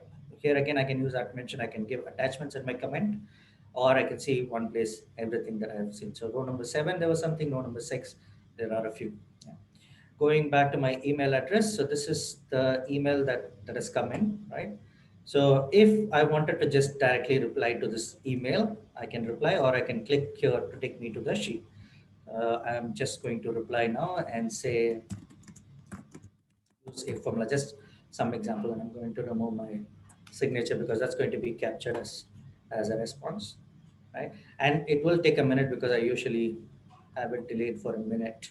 So while that happens, we can go into the next one. So now we saw about having updates, we got some documents, we got some comments. But as a PM, if you want to know what has gone into your sheet, now if you've always kept it open, you can use the last refresh or hourly change and things like that. That tells you what has changed. But if you really want to know who has done that information, from what channel, you need to go into the audit log or the audit trail, and that's available here on the right. So this is called the audit log, which shows you everything that has happened in your sheet from the beginning of time where it was created. This is only visible for the owner. For the admin onwards, at the moment that I share the sheet, it is visible to them from that point onwards. They don't get to see everything from the beginning, but from the time it was shared to them. Yeah. But if you're sharing this with, if you have free users who want to see this, the only way is for a paid user to download this data and share it with them, because free users will not be able to see the audit log currently. Right? So what you get to see are everything that has happened in our sheet. So anything that has happened, any changes that were made, any formulas before and after values are always tagged, right? So there was a column that was inserted, which was health. There were cells that were changed. So you can see there are some formulas for completion percentage, which rolls up, right? And you're able to see that. And I get the notification that there were some changes made. So let's refresh. And we already knew that we were expecting a comment. So let's go and see the comment as a thread because it was a reply. If I reply again to this, my corporate account will get another email address saying there was another reply to it, right? And we can continue this chain. And I also get a notification in my notification icon whenever I am mentioned or there are something for my attention through some workflow. Yeah. So those come as notifications, and I have a separate place where I can look at requests that are pending on me. Yeah. And we were going through the audit log just to show you the difference in how you're getting the data. So you see that there were a couple of things that we did before using the update request form. Yeah? And that shows up here as well as another source. You can see it was through an update request form. Yeah. If somebody used a mobile app, I would get to know whether they use the Android app or the iOS app. If they use the mobile app, that is. But if they use through a browser, Smartsheet, they go in and enter, it's not going to tell me. A browser is considered as the default option. Right? And comments that were created right now. Yeah. So how we replied was we just replied to the email. We didn't come into the sheet. So that shows up as well. And I get to see that this was added through an email and this was the comment that was added. So everything from view to any change that has happened gets tagged with a before and after value if there is a before and after value. Yeah, so that's a complete audit log. And you can drill down to find out only cell specific changes when that happened, when was attachments added, who has made changes if I want to look at by a person, or anything that has gone into the calendar that has been added. Now, moving forward, you're probably already familiar with this. And the most important thing is that it works pretty much the same way. Let's share that filter with somebody. So I can name it and I can share it with somebody else. Because as you're aware, I can select this filter if I want to. And I can add as many conditions as or only certain one condition that I want to select in this filter. So I'm just going to select status. And when I select status, you can see it default says in is one off because it's a single select drop down. Yeah. But if you have a multi-select drop down, it's going to say has any off or has all off, that kind, right?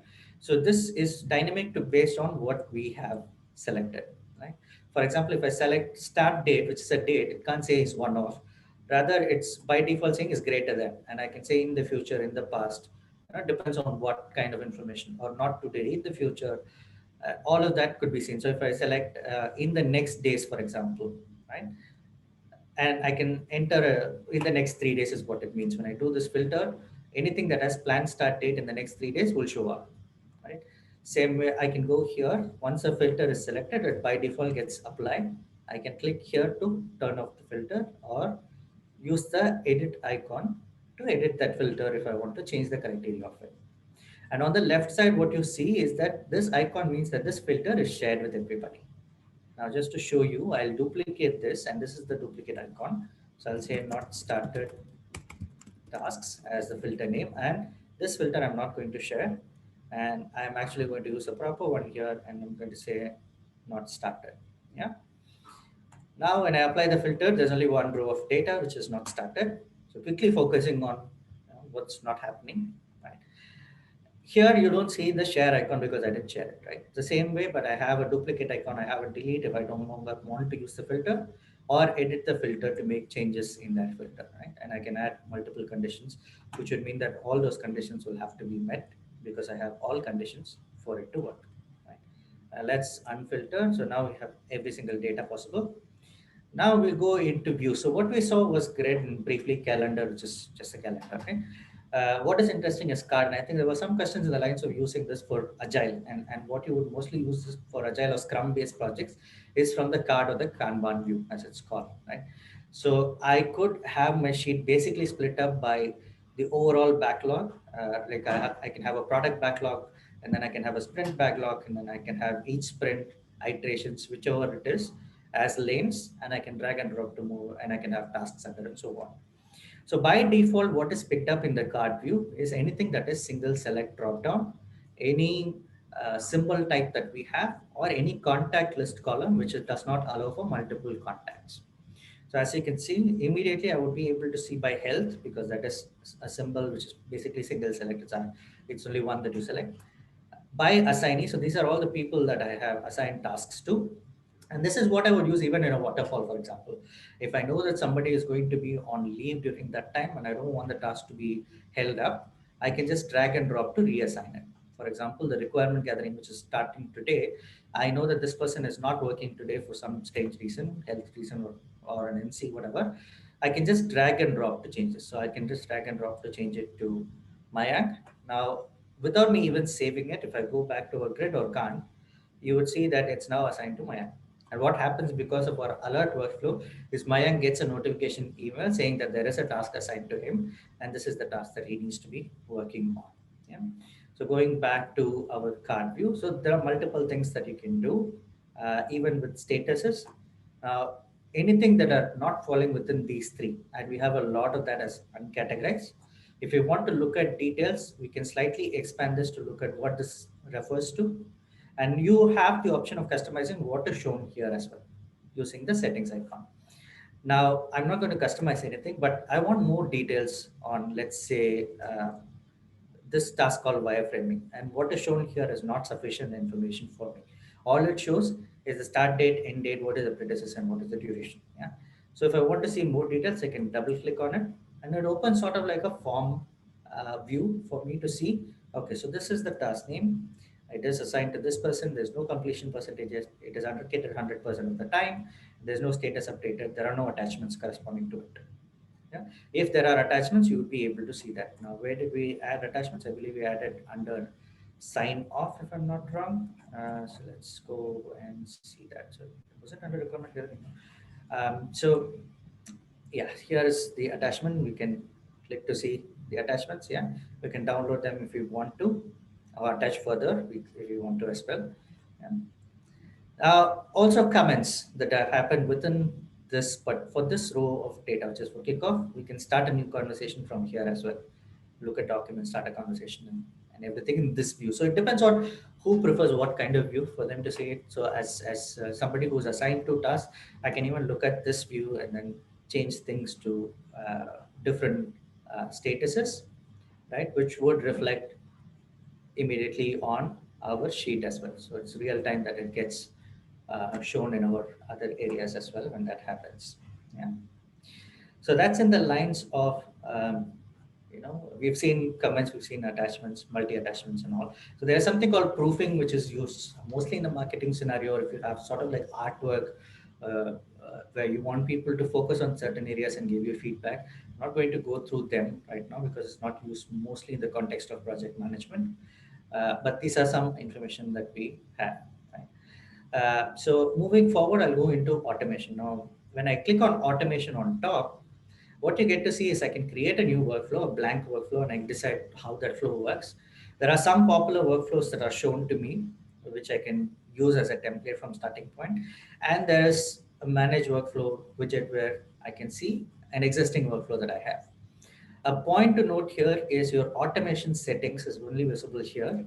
And if you're going to use workflows for not just for people who you've shared the sheet to, but for everybody you want automation to work, then you would need to keep it under unrestricted settings. So restricted means that for the automation to happen, all the people that we have assigned to, the workflows are going to work, has to be shared to the sheet, which we don't want to do, right? Next thing is they have to be within the same account. Now that kind of hinders with our aspect of collaborating with external stakeholders. So let's keep it as unrestricted so we are able to work with anyone and everyone, right? So I've kept it as unrestricted, and here's where I can go ahead. Again, I can pick a predefined workflow or I can build something new.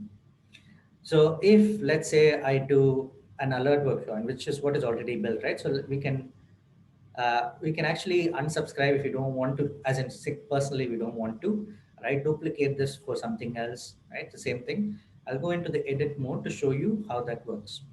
So this is the name of the workflow. I can change the name if I want to. For any workflow to work, there has to be a trigger, all right? So this is going to be the trigger area where we define what is going to start my workflow, right? So what could start is, it could be a date, it could be when something gets added or changed, or only when some things are changed, or only when some things are added. So these are our options for the workflow. So for example, I can say it as when a date is reached. And when I do that, you see the options below change. It says run once on this day, which is today's date, right? Now, if I want to pick it based on our start date, if I want to alert people, say 3 days before an end date, that this task is going to be over as per plan. Are you on track, right? So then I can select the date field and I will select end date. And I wanted to do this 3 days before the end date. So I would not run it on the end date, which is what is happening right now. I would click here to select it as 3 days before, and I can do even 365 days before or 365 days after. So these are different options for me. Yeah. So I'll do it 3 days before, and I get to define at what time. So let's say I need it to be sent at 9 a.m. Right? Again, it's based on my time. And now comes this next part of condition. Now, this is not a mandatory step for all your workflows, but you can have conditions in them if you have two routes of things going. For example, I want to notify people 3 days before the end date, right, where a task is due, but I don't want to notify when they have already completed the task. So I would select status is one of, and I'll say uh, completed. Right now, what is going to happen is 3 days before the end date. I'm sorry, an email would go if the status is completed. Again, that's not correct. Right? We want to send it only if it's not completed. So I have a couple of options. I can select the others, right? Or I can say it's not one of, and I can say completed. So now my workflow will go 3 days before end date when my status in that for that row of data or that task is not completed. Yeah. And I have an option to do what happens otherwise. Otherwise, if it is already completed, I could just go here and say log the rows. Now that it's completed, I don't want to make any changes there. Just log the rows so no editor gets to go and mess up with the data. Yeah. So log the entire row. Now moving forward, who do I alert? Now I have some options here. Because it's an alert, I get to see Teams and Slack because Smartsheet enables seamless integration to that without any add-on components. Yeah. So I can send it to a Teams channel if you use Teams, or Slack if you use Slack. But I have option to send it to an individual. So this makes it my workflow a little bit rigid in the sense that what will happen is I'll always be sending this workflow to the same person, but I am making it a little dynamic. I'm saying any task which is 3 days before end date, I'm going to trigger, and not all my tasks are assigned to the same person. So I want it to be dynamic, and that's where using contact list column type comes into play. Remember, I said any workflow that you want to happen, use contact list as a column type, and we had assignee as a contact list column, and that's the only contact list column that we have. So it shows only that. Yeah. So it's pre-selected when I select contacts in a cell. So now it becomes dynamic that 3 days before the end date. Now, if the end date is on 25th, today, if I'm assigned to a task, I get notification for my tasks. If my colleague, somebody else is assigned to another task, they get to their task, not to mine, right? So it becomes dynamic. And here we can customize the message. We can put in a subject line. And whenever we want to pick up certain values, like I can just say here, if I just do task, which is, and in curly bracket, what it's going to do, it is going to pick up the field that I have under this column called task. So if it is requirement gathering, it is going to say requirement gathering. If it is BRD sign off, it's going to say BRD sign off, and so on, right? Is due on, and I can do the planned, and it's important that I enter the same way that I have there. Now it's going to say the task name, and it's going to say planned end date, and insert the actual date there, which is the column name that we have as we have it. Yeah. Now, once that is done, one or more rows have been assigned or changed. Is the default message. I can change this. So tasks ending soon. Update on the sheet, right? So just some message. And again, we can define whether we want to send every single column that we have as data points or only send specific. Contrary to our update request form, here is going to be just a view. It is not going to allow for any update request form to be open, no updates to the existing data, just to see the data because this is an alert. Yeah. So because it's only an alert, I can just send a message also because I am entering what task it is. I am entering the date, so I don't need to send them again the column names. So just a simple body is enough. So I can leave it as this as a workflow. Right. So you can see it's pretty simple for me to create or edit a workflow. Yeah. Now I'll go and create an approval workflow to show you how the approval works. And before I do that, to make our approvers dynamic as well, I can go ahead and add an approver column. And I will make this a contact list because I'm going to use it in automation. So I've kept it there. Let's save it. And now we will go and set up an approval workflow. Right. So I selected from there. So it is automatically saying request an approval. Our trigger is going to be again the same four options that we have. So this is approval and we can name it whatever, right? When rows are added or changed is the best option, it says. So let's keep it at that. And we will trigger this workflow whenever our status becomes completed, because the people who are going to work on this task is going to say whether it's completed, and the objective for us, let's say in this example, is to route it to an approver to verify and sign off on it, right? So then only when my status is completed, this workflow will begin, and it's going to happen whenever it gets triggered. Yeah.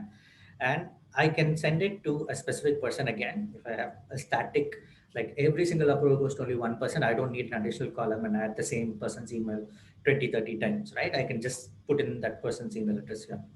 But if I expect it to be dynamic, or there could be scenarios where you have different people working on the project, and or take a different scenario where it is a leave request that comes in, and there are different managers for each of the person who's entering data, and you wanted to route it as a first level to their manager, then you can make it dynamic. You can have a separate sheet which manages your employee data. So all your employees with their reporting managers, yeah. And you can have formulas done, simple VLOOKUP formulas to pick up based on the employee name, right? And auto populate your approvers. So there are a lot of areas where you can automate certain things using formulas here. Most of the Excel formulas that you're familiar with could be used in Smartsheet as well. Yeah. But in this instance, we're going to enter the names. So let's pick up contact and cell. And because there are two contact cell list columns, it shows up both. We are going to select the approver column, right? Now, Smartsheet in itself says it's going to save a response in a new column. So we get to track what the approver is saying, right? So it's going to create a new column called approver approval. We are happy for that to be there, and we can change it later, the column name if we don't like it, right? We can again customize the message and the subject line, and we can send all cells or specific. Now, contrary again to the alert workflow, where we actually have an option to send only a message. Here, you will have to send some data for them to understand what it is, not just a message saying please approve. Approve what, right? So that's why we need to send some columns so we can specify what columns we want them to see. So this is for them to see, not for them to update, just for them to see. Yeah. So we leave it at all for now. Yeah. And an additional option that you find for approvers is on this right, where you click on it, there is this thing called advanced options. This is only applicable for approval workflows. So by default, it says it will take it as submitted when the workflow is triggered. And that's when you know that your automation is working properly. Yeah, something gets complete, it needs to be triggered. Yeah. Next thing is I'm going to capture approved declined as statuses for approved. And this is how my button is going to stay, right? So I can make it whatever as a name for the button, but in turn, when it comes as a status, it's going to be linked to whatever we have here. So I just put in okay, and I'll just say cannot. Yeah? I mean, just for fun, but to be on a business context, I would usually say approve or rejected, right? Or approve or decline. So this is the buttons that we are going to see. And once that is done, for approval workflows alone, you see two options under if you want to further build your workflow. Once it gets approved, what do you want to happen next? So you can add a further condition followed by an action or just an action. Where is this used? Let's say you have two levels of approvers. And if it's always two levels of approvers, you will just add an action and say request an approval again, right? But if it goes based on some sort of a parameter, I'm going back to expense claims just to make it relevant, right?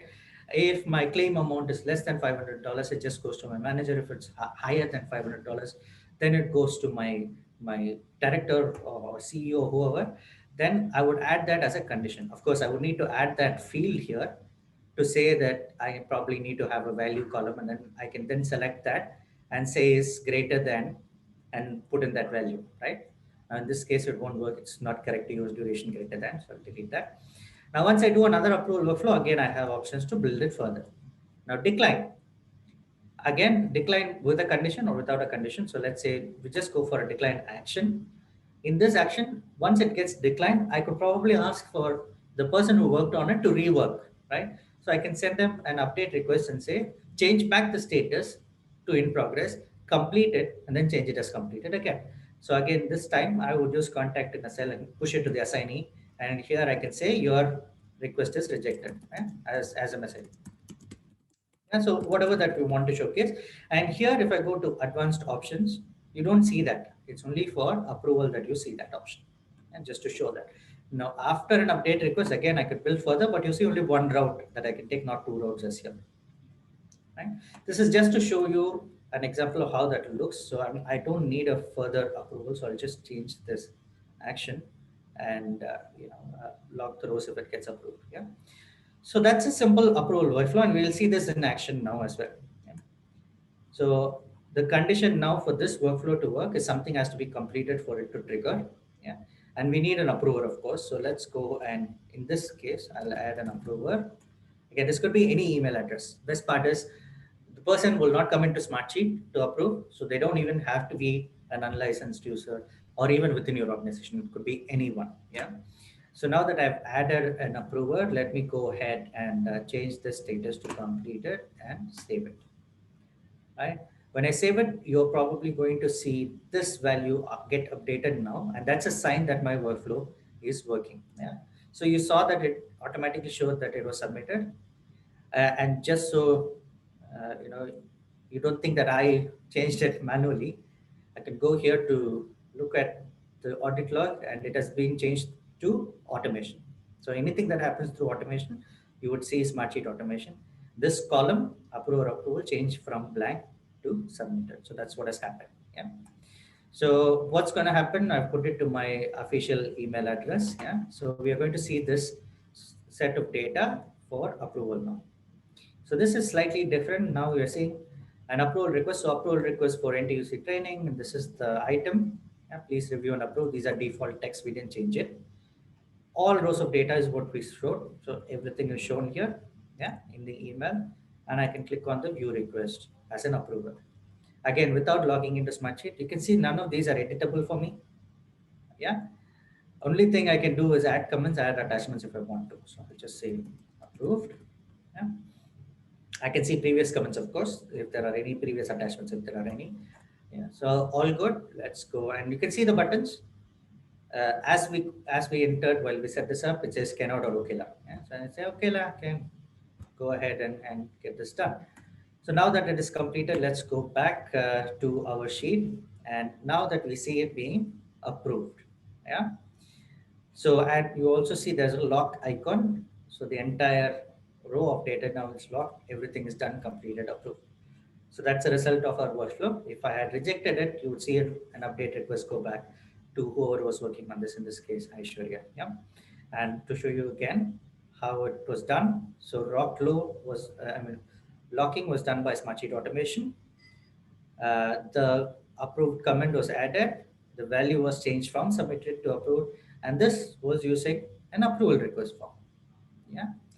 So this way you get to again see what has gone in, and we have seen how our workflow is working. Yeah. So as I mentioned, we can build as complex as a workflow as we want to using this default option that we have of adding further steps after steps after steps. Yeah. Right. Now, moving on, we would go a little bit on formulas before I go to reports and dashboards. And I did mention there are a lot of things that we can do through formulas. A simple thing that I can do now that I have a person complete column, and if I'm not sure what kind of inputs I'm going to get from different people because I've kept it open, right? If you remember, I didn't restrict. So one way is to restrict and ask them to select this. But as a PM, from a timeline standpoint, to look at person completion over the overall task, which we saw in the gun, just to refresh your memory, the interior fill here, right? So the fill that I see here, a visual cue on how far it has gone in, I would need this particular column. And if I don't give this to somebody to fill in, and I only give a status, and they say in progress, I don't know how far it has gone. Is it going to complete tomorrow? Is it going to complete in the next few hours? Is it going to take a while? How many percent of the work has been actually completed is something that I'm really interested in, right?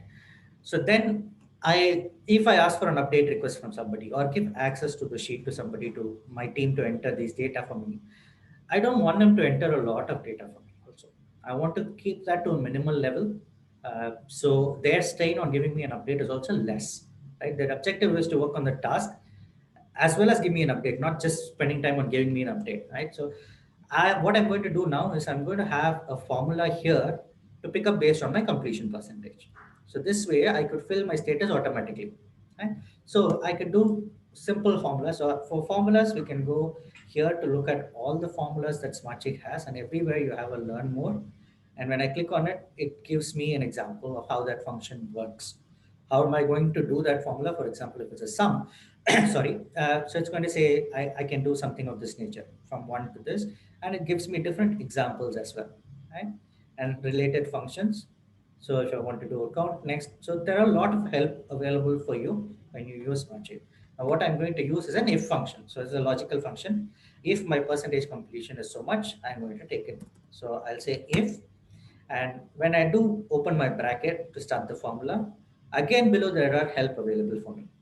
So it says, what is my logical expression is what I need to add here. Some examples for logical expression, right? And once I enter a comma, it's going to say what is the value if it's true, some example of that, and if false is an option for me to enter. I was talking about VLOOKUP. Same way if I do, and I'm going to show you that if I do VLOOKUP, for example, we don't have another sheet, so I can't actually pick it from there. But search value is going to be the name of the person, and but not going to have my manager's name here, right? It's going to be somewhere else, an employee master probably. As long as that's within Smartsheet, I can click on this reference another sheet to pull the data from there, right? So I can pull and link from multiple sheets to bring about my data. I can even do simple cell links. Now, I believe there were questions in the lines of, can I also see the budgets that are allocated for this project and the actuals, though it is maintained separately, right? So for cases like that, what we would typically do is we would add a budget and an actual column here, but we will not manually add values. We'll have a separate sheet which manages budgets as actuals, and we'll do cell links from there to here. And how you can do a cell link is as easy as just clicking here, called cell link, right? And from once I do that, it shows me all the sheets that I have where I have access to as owner or admin. So I can go there and pick up a value from there. From that point onwards, that value, when it gets changed in our source, which is the budget actual sheet, it gets reflected real time in our actual sheet. And we will not touch that. So we'll just do a cell link and we will lock it. So nobody gets to touch it, right? Because the moment that you try to edit, and any editor can do this, right? That you will lose that cell link. So to ensure that you always have it, whenever you don't want people to make changes further, ensure that you lock it. Also, a point to notice, if you're giving access as admin to people where they get to do all of this, they are able to change your cell links. So ensure that people who are just going to come in and give you values, give them editor and not admin rights, right? Okay, so now let's do a simple formula. So I'm going to say if, and I open, and I can select this. And similar to picking up the exact row, an add row function is used. Whenever you want to pick a column where you're going to pick it from, you can just type in the column name. If it has no spaces in between, if there are spaces in between the column name, always use a square bracket like here. All right. So here the formula, when I picked up that row automatically, it says square bracket column completion space percentage as I've written here, closes the square bracket and uses add row. So add row, and probably the first thing that I want to do is if it is blank, right? So what do I do is I use an is blank function, right? So I use if is blank, and here's where I select what is blank for this logical function. So I'll select this column, I close the bracket. So that's my logical expression. So if my percentage completion is blank, then my status is going to be not started. Simple, right? No state, no completion percentage is not started. Next formula that I want to do is another if. So I can just, I don't have an either or here. I have more conditions because I have three statuses. So what I'm going to do is I'm going to use a nested if function. So I'll do the if again and open the bracket again. Here again, I can select the same column. It gives me a different color, but the same column selected, same way. Yeah. Or if I want to type it in manually, I can as well. So I'll open the square bracket and I'll say completion space percentage, close the square bracket and I'll say at this row, yeah, is greater than, or I'll just say is less than 0.99. And I have to say zero point 0.9 or 0.99 because this is a percentage. So one means it's 100. Yeah. So if it is less than 0.99, it's going to be yellow. If not, because I have only one more condition, I can just say green, right? Or another way of looking at it, I can say if this is equal to 1, I'll make it green. If not, it's going to be yellow. And I'll close the bracket. So that's the end of my logical function. Yeah. Because I have two, I'll have to do two brackets open, I have to do two brackets close. It's not going to work. So there it is. So it's automatically picking the status as not started. Now, once I have this is the same formula that I'm going to use for all the cells that are under this column. So one way of me doing it is I can do a control C, a control V, right? And what it does, it copies the same formula, references the corresponding row. And I can do this for all manually. Or better way for me to do it is I can keep this as a column level formula. So all I have to do is right click and say convert to column formula. So what it does is it takes the same formula across all the column, all the cell values that I have, and it says not started now, right? By default, because there's no completion percentage anywhere. The moment that we start seeing something here, even one, it says yellow. Again, a mistake made by me, which we need to correct it now, because I mixed up our risk with what we have as statuses. I don't want it to show yellow. I want it to actually show not started or completed, right? So let's make this as completed. This is me editing the same formula that was created. Yeah. So it's just going to say in progress. Yeah. So there you get to see the moment it becomes 100, you see it becomes completed. Yeah, I'm not going to say it. Okay, even I can save. It's going to trigger workflows again. But so now, whenever I send an update request form, and I can create an update request workflow to send it to everyone, right? Based on the end date, for example. On the end date, I can send it to them if it's not 100% already, and they can just update the completion percentage, and my status becomes auto-populated. And when my status changes to completed and I save, the workflow is going to be triggered. So I'll see this changing into submitted, right? So it's going to happen for everywhere I have completed and I have saved it, right? Whether I have an approval or not. Now, that should have been typically a condition that we added. So that's in the lines of using formula for automatic some bits of it. So you don't ask for a lot of values. So same way, I could use formulas here to determine my health, right? So exactly the same thing. So I can use if, and I probably use an if and condition here and say if probably my end date is less than today. And the today function basically looks at whatever date it is today. Now, if I want to do today plus X number of days, like 2 days from today, then I can enter the number here. So it will say 2 days from today. If it's less than 2 days from today, then this is what is going to work. If I want it to be exactly today, I'll just close brackets. So it means now my first condition is if my plan date, end date is today or less than today, which means in the past, yeah.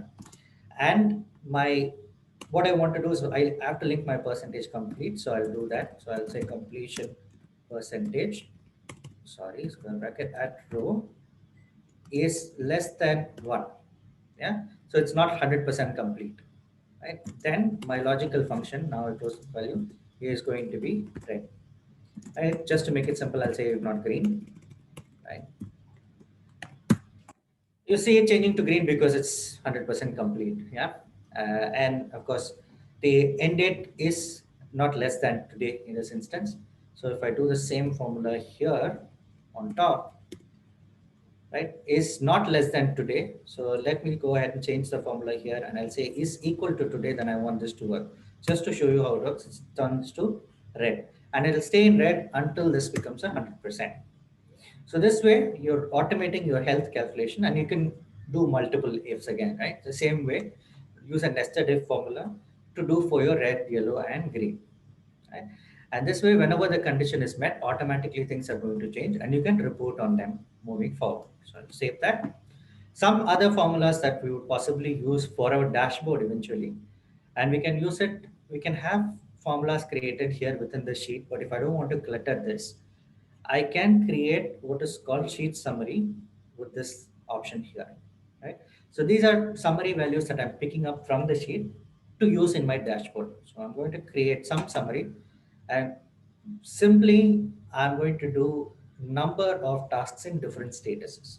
So I'm going to say this is first one is not started tasks, right? I'll leave it as text or number, and I am going to write in a formula now to pick up all the tasks that are not started. So I'm going to reference only this column.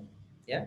So how I would do that is, as you know, I'm going to pick up a count, right? So I have to do probably a simple count, and not just a count because it's not all values, because it's based on a condition. I have to do a count if. So I'll do a count if, right? And now it asks me for a range. So the range is the status column, and it's not just from here till here. If I add more, it's going to break. So I want to select the entire column, right? And as I mentioned, I can use a square bracket to enter the column name if it has spaces in between, like here or here or here, right? But status is just one, so I can just type in status. And to select the entire column, just like the example here, which has a colon, I'll have to enter a colon. Yeah. So I'll just expand it so you're able to see better. So this selects, as you can see, the entire column, and it doesn't stop here, it goes on. So as and when I have more information added, it's going to change, right? And I enter a comma, and this is my criteria. So what is the criteria here? We are looking at not started tasks, right? So let's go ahead in brackets, but it does not started. Yeah. So we close the bracket. We have now 16 items which are not started. Yeah.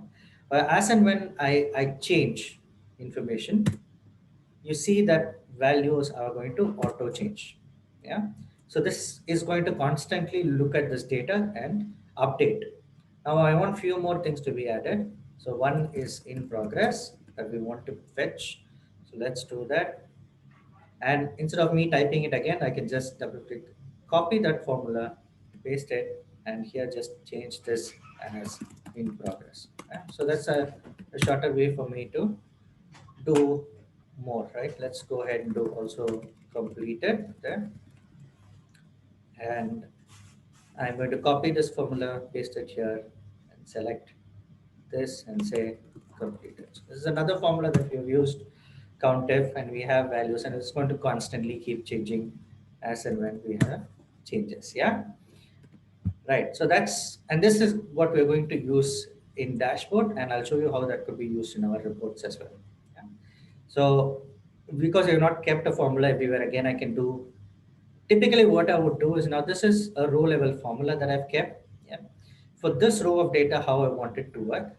And each row I can copy the formula again to replicate. But I don't want to stop here. I want it for my parent rows as well. So how do I indicate whether my faces are at risk, right? So instead of using the same date function, I can use a different function which is a little bit more scalable. And what I'm going to use for now is going to use the children formula. Okay. So I'll say if, and I'm going to say count if, right? And what I'm going to do is my range is here. I'm going to say my children in this row. So any children that I have for this row of data, right? So that is one. And so, sorry, my bad. Let me change and I'll say if count if, because I can't pick the children there because we're referencing to the same row of data, same column. And if it is red, so this is the criteria. So I'm going to count if my children has red, how many of them, right? So is greater than one. So even if one, if I have two rows of tasks being red, then my overall is going to be red. So that's the formula that I'm writing. If not, I'm just making it simple here and putting it green, right? So the moment that I have the second one as red, it is going to turn, right? So this is using children function and countif and if together in conjunction to come up with the formula. So I usually use a little bit more to do our yellow as well. So let's copy and just paste it here. So our faces automatically now roll up based on what we have under each of it. And I can do the same thing, copy over for the entire project. So if my entire project has two faces in red, it's going to turn into red, right? So I'll show you that. So I change this to red. You can see the entire project also changes to red. So you can have a metric which shows our entire project health, faces health as a report or in the dashboard, as well as tasks individually, right? So now that we have done some work on our sheets, it's time for us to go into reports. Yeah, so let's save this and we go back. So far we've been doing everything in our NTUC training sheet. Now I'm going to create a couple of reports, one using row level data and the other using the summary that we created.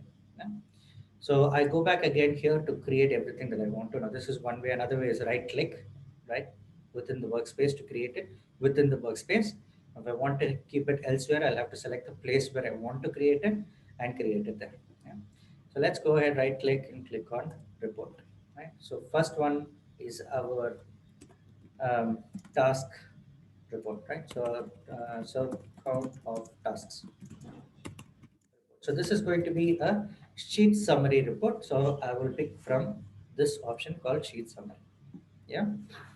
So I select it and then a report comes up created by me. I get to be the owner of it. Let's click on it. It's going to be blank, but it immediately shows me what is the source of data for this report. Yeah. So it shows all the workspaces, all the sheets where I have access to, and I'm going to pick it from this sheet. Now, if you are going to have one workspace under which you're going to have multiple projects managed by multiple project managers, uh, different projects, right? And if you want to consolidate and pull a report across all of these together, you can do it instead of selecting manually one at a time. You can select the entire workspace, which means all the sheets under it are picked up automatically. So this is one scalable way for you to think of future reporting as well. So you can create a workspace called projects. All your PMs go into that workspace, create their own project plans. So that way, whoever it is, like a project director or a delivery manager or whoever is reporting at a portfolio level, at an organization level, gets access immediately, automatically to everything that is under that workspace, and that is required to create your reports, as I mentioned before, right? So when you do that, all you have to do is select that workspace and automatically everything under the workspace gets added in. So even newer projects that you do gets added in automatically. And because you would standardize the template, standardize the way or the data points that are captured, your reporting becomes more streamlined, right? So now I'm going to just select this sheet where I have a sheet summary. And here the columns to display does not display all the columns that I have. It doesn't show me status. It doesn't show me assigning, right? Because it's a sheet summary. And if you remember in summary, we only created three. Now complete, created by, created date, modified, modified by are basically system generated. If you want to report on them, it is always shown as summary. We are not going to, we're only picking three items, not started, in progress, and completed. Yeah. And I am not going to add any filter criteria here, no grouping, no summarizing. Very simple report. So let's keep it at that. We'll apply. So now we have a report with a link to the sheet, right? So I can just click on this to take me back to the sheet. And this numbers that you see are basically numbers from our sheet summary that we already had created, right? So these numbers, and you saw how dynamic these were, right? As and when there are changes, this gets reflected, and as and when this changes, my report changes. Just to show you side by side of how that works, I'll open the report now here. And right now we have 12, 5, and 5, the same thing here, yeah. And I am going to change some of it, right? So now it's 10, 7, and 7. So we have not saved it yet, so it will not reflect. Let's save it. And when I refresh this data, you see 10, 7, and 7. So again, your refresh, you can customize on how frequently you want this refresh to happen or if you want to manually refresh, right? So this is a simple report that is done. It shows a count of tasks under different statuses that we have. Yeah. And this is a one-way report because it's a sheet summary, right? Now, if I wanted to share this with somebody as an attachment on a regular basis, this is how I can go ahead and do it. Just to be a little more slower. Right? So I go to File. I can export this as Excel, PDF, Google Sheet. You don't see Gantt and Microsoft project right now because it's not in that kind of a structure, right? Or I can send it as an attachment. So send it to whoever subject message. I can send it as a PDF. When I do, I have an option to include our logo, the sheet name, row number, or delete any of this, right? Or I can send it as a simple Excel as well. And here is where, if you remember, when I started, I can send it weekly at night to show that I work very late on a Sunday. Right, so that's scheduling the report, and we can send it the moment that I add somebody's email address and send this out. You are going to see that this is sent one time. So if I schedule it, let's say weekly, Friday, 12 p.m., right, and let me add the email address again. So now it shows with a different icon called this is recurring, and it's recurring to this person starting on this day. If I want to edit the recurrence alone, I can, or this is no longer valid, I can delete it. Yeah, so this place shows you all scheduled report, scheduled sends that you've sent for this particular report, not all reports that you have. Yeah. Now that's a very simple summary report, right? So let's go ahead and do a row report which is bidirectional, right? So what I'm going to do is I'm going back to our workspace. Let's see this, and I'm going to create now a row report, and this is going to be, let's say, current person report. So before I do that, I have to make some changes here. So let me. I'm the currently logged in person. I'm going to show you how this works when I select, and I can do only one report to use it for all my assignees with it, right? If you remember, I said that we can do based on assigned to person and show it to them, so they get to see not everything but only limited to them. How we're going to do that is using the current person report. And again, it doesn't have to be the name of the report; it could be anything, right? So I'll select the sheet. And here's where I'll select what columns I'm going to display. So by default, it picks up the sheet name, which is the project name usually. And why it does and where it is helpful is one is on click, you're able to go there. Second is if you're pulling data from multiple sheets, it is easier when you're able to see against which, because you might have project kickoff across all projects and it's going to be termed as project kickoff. If you want to understand which project this belongs to, the sheet name helps in that scenario. Or another alternative is you create a project name as a column and then you add it over and over again. It's up to you on how you want to see that and manage it. But this helps to see which project name it is or to directly take you to the place. Yeah. And we get to define what fields we want to select. So let's say we want start end days and we want percentage completion and we want status shown and we want assigning as well. Now, not necessary that we need to show all of it. We can decide what we get to show here. Next up is the filter criteria. So I can filter here by everything that I have in my sheet. It is not necessary for the filter information to be part of your report. For example, I don't have health here listed at all, but I can still filter data based on the health that I have. So I'll say is one off, and I'll say I just want to look at red. So when I apply the filter, even though that is not visible here in my report, this now I know is everything that has a health of red. Now, if I wanted to see that, I can go back here. For one is selecting from here, or I can just go to the last and then type in the name. It shows up pretty easy and intuitive that way. I can drag and drop to change. And this was named task, so let's change that. Yeah, so this way I get to see, okay, so I'm reporting on this. Now let's go ahead and add another condition. And by default, when I clicked on add condition, it doesn't add as an overall condition for these two. I can decide or, which means either or being met, or and, which means every condition is met. Yeah. So I'll just do an or right now, and I'm going to look at assignee. And here again, I can select a specific person, right?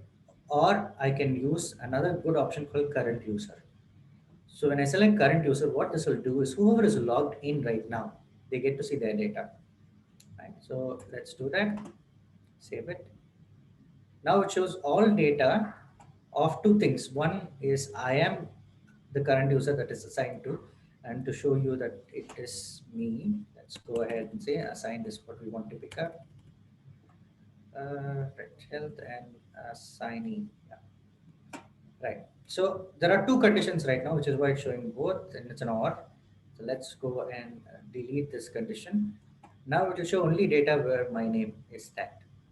So if somebody else logs in, they have access to the report, they get to see their data, nothing else. Yeah. So this way, I can be always coming into this report to make the changes. Now that I have a completion percentage, you can see this column. I can't really change it. It's not editable for me. Why is because we have that as a formula. Any formula fields will not be able to edit if the whole column is a formula. But here I can because the whole column was not a formula, right? But here I can edit if I want to. So let's say this is smoke testing, and I'm changing it in the report. Round one, yeah, and I'll say 40% done, and I'll save it. So it's always going to show in my report, of course. Now when we go to our sheet, when I refreshed it, you can see now the name is changed and the percentage that was added is added. So if you remember me saying reports are bi-directional, that a change gets made in the report, shows here, works that way. Now I can do another filter here. Let's do another filter and say where my status is, let's say is probably one off, and I'll select only not started and in progress completed. I don't want to see, right? So now again, I have an OR. Let's make it AND to restrict the data. So my data, whichever is not started in progress, gets shown here. Now, the moment I change this to 100, you know what's going to happen when I save? This is going to reflect as completed now, yeah, because that's the formula that we have. You see the refresh done. Now, when we go back to our report and we refresh this, the next time we see the report, we're not going to see that row of data because our filter now is looking at me where the status is either not started or in progress, right? Both conditions being met. So this way your report becomes very dynamic, and it could be for the person, it could be based on conditions. So as you saw, the moment that we make changes, it reflects on both places, which means whatever we showcase from here to our dashboard is also going to be instantly updated, right? So let me remove the assignee condition, and just to show you something else in the report which is new, but this can't be exported yet to the dashboard. But I can group it by certain things. Like if I want to group it by status, so it will show me in groups what I have as in progress, what I have as not started. Yeah. Now, if I wanted to group it by some other condition, if I want to group it by a single assignee or group it by assignees in general, this will show all assignee names, how many tasks do they have. And then I can summarize and pull up some values. Let's say I want to look at status and do a count of the status as a count. So there are a total of 16 statuses available, four, which means four tasks under this person called Abhishek. There are a couple under me, and so on. Right? So different ways in which I get to see my data in a report, but this can't currently be pushed the same way to a dashboard. So your dashboard will have a simple row report. So I'm going to remove this, and that's a function which is being rolled out, will be rolled out in the next phase. So you should be able to see that as well. Yeah. Now moving on, I can do, because this is Gantt specific, I can have a Gantt view as well, right? And showcase that particular data. So this is a report that we have, and the filter criteria that we have is anything that is not started or in progress for us to look at, right? So we can, as you probably would have known by now, you can have as many reports as you want based on different parameters, right? So if we go back to our workspace, I can create another one which shows only tasks in red. I can show a report which only has tasks, which are overdue, or it could be only where actuals are over than my budget. So anything that you can report on, right? Could be done there. Finally, dashboard, right? So let's say this is the project dashboard that we're creating, and this is our blank slate. So we get a small video. If you want to see, you can click to see the YouTube video how to create dashboards. I can add a widget from here or from here, and the same 8 that you see. Now, if you are going for a trial version, you will not see this widget alone, right? But short of that, you get to see everything else. So let's go ahead and add a title. So this is for NTUC training project. This is a simple text. I can increase size, I can change font, but the font is limited, just so you know, right? Bold it, underline it, all of that possible. Yeah. And if I want to give sort of like a background color to it, I can also.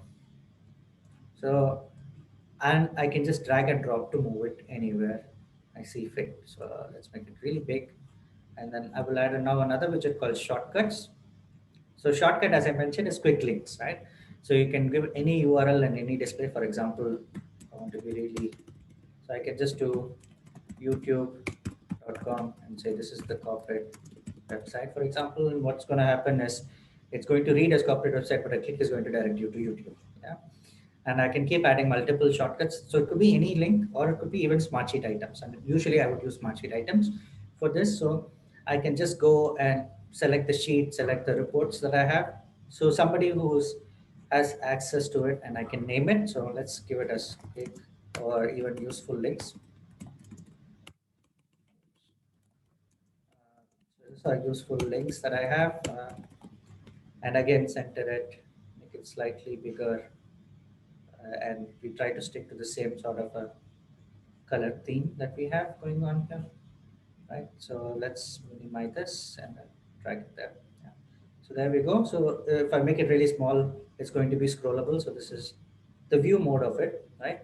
And in the edit mode, you're going to see pretty much everything that we have here. Yeah. So there it is. So now that we've added, we can go and add some metrics as well. So what I would add as metrics, so I can add any data point from my project as well here. It doesn't have to be calculated values, but I can even show calculated values that I have in the sheet summary, right? What I'm going to have is an overall project health displayed. So whenever that changes, you get to see whether the overall project is in a good shape or not. So let's go and just, so all I did was select that cell in case you missed it out. So I can select any cells that I want from here, click on OK, so it will pick up that, right? This way I can change the look of it. So this is the project and I'll say it as this is, and this is actually picking a value from our sheet. So anything that gets changed here gets changed in the sheet gets changed here. Huh? So let's make it bigger. Now we know that it's risky, it's in red. Yeah. So this is project health. That's what we're going to call it. And there we go. Sticking to the same color theme. So that in one go, somebody gets to see how our project is doing. Yeah. And we did have a report on sheet summary, right? And that's primarily for charts. So for us to use charts, we need some numeric values usually. So I'm going to pick up from our chart directly. I can even pick up from the sheet summary here, right? But I'm not going to. I have this. This is easier. Pre-selected everything. Let's just select it. By default, it shows me it's going to do a bar. So I don't want to do a bar. Let's say I want to do a donut. So these are my options. If the data points allow for it, you can do line. If not, these are your options. Yeah, different options for the report. And I clicked here, it opens the title. So these are tasks by status and center it. Again, the same thing, where I'm going with this. Giving a consistent look and feel for each widget, basically. Where do we want legends to be shown? Let's say I want to show at the bottom. And advanced option basically helps me on click, should I do something? So on click, let's say I want to open the source report, right? So somebody clicks on it, they're taken to that particular report here right now. And so now we have the donut, we have percentages, right? So in the donut chart, if I want to make it semicircle, I can. Do I want to show value by default or percentage by default? Because there are two options here. And series, basically colors of these, right? If I want to change them. So I can go to the series, select and click on the color picker, or I can just double click here, which will show me directly to the color picker. So even if I'm here, I double click, it takes me there, right? So these are in progress, so I'll keep it as amber. These are completed, so we are happy, we'll keep it as green. Not started is probably risky, so we'll keep it as red. So there we have our chart, and I can just resize using this option, right? And fit it nicely for where we want to fit it. Alright. So what's going to happen is any change made below is going to, in the sheet, is going to reflect in our report, which will reflect in the dashboard instantaneously. Yeah. So we have added that. Now, finally, let's also add one of the reports that we have created, which is the standard row report. Now, It has a gun component as well. So if somebody wants to see it that way, or if you don't want to show it, I can hide the gun and show just a tabular view of the report. So I can display a title. So this is going to be task report, right? So well, again, whatever we want to call it, make it big, make it center. Again, you probably by now know what I'm trying to do. Yeah. So there we go. And again, advanced options, I can open the same source report when somebody clicks on it. So there we have our reports. And I'll add one final rich content which says, and say dashboard guide. And then here we can explain. So I can start writing as pointers. So the project health is auto picked from the plan and refreshes real time. Yeah. So something of that nature. Any points that we want to put in, project manager name, anything that we want to add, updates. But this you have to be mindful is static, right? So any change that you need to make, you probably need to make it from here in the widget. But if you want it to be really dynamic, like you, as a project manager, you probably give weekly updates on how things are going and write up on it, right? So what you can do is in your project plan itself, you can have that created as an item and use your metric widget to pull that data. So that way, whenever you make change in the plan, it gets automatically refreshed here. Yeah? So there we have our dashboard. Final step being now only I get to see this, right? But and I can just checking that I am able to click and go to the reports. Yeah, but it doesn't end here, right? I mean, it's not just for me. I'm going to share this with somebody else. So how I can share this again? I can use the share option to share it as a viewer, right? But another way for me to share it is if this is for somebody external who's just going to see there. I don't want them to log into Smartsheet and do so. I can just publish this and it shows me that I can share to anyone. And if there are sensitive information, then I can select only within my link. And this link now, anyone and everyone would be able to directly access this link and see the dashboard. All right. And just so you are able to, I will put this in the common chat for everybody. So you guys get to see this dashboard. And as and when I keep making changes to underlying information, the dashboard information will change, right? So things like this, where I have a mix, my project status. So let me duplicate this and I will go to our sheet, right? So go back to our sheet here and let's say now our overall project is in red and that's because of two tasks being red, right? So let's change it. Now our overall is green. So when we refresh the report right now, it's on manual refresh, but you can decide the refresh rate of it. You can see that it changes. And it's picking from here. So if I want to change it, new plan, what you're going to see here as a change, because it's almost like cell linking where it's picking up whatever gets changed there on a real-time basis. Yes. And even these values which are going to change. So right now, how many do we have? So we have 9, 7, and 8. So let's make it 10 here or 11 based on what happens. Leave it blank, save it. So that becomes 10, which means our graph here is going to change as well in terms of percentages, right? And it's real time as you can see. And the report underneath, again, whatever happens, whatever changes based on our filter criteria is going to change as well. So with that, I've come to the end of this training session. I think I've overrun as far as the planned time is concerned, but just stop now and probably stop share as well for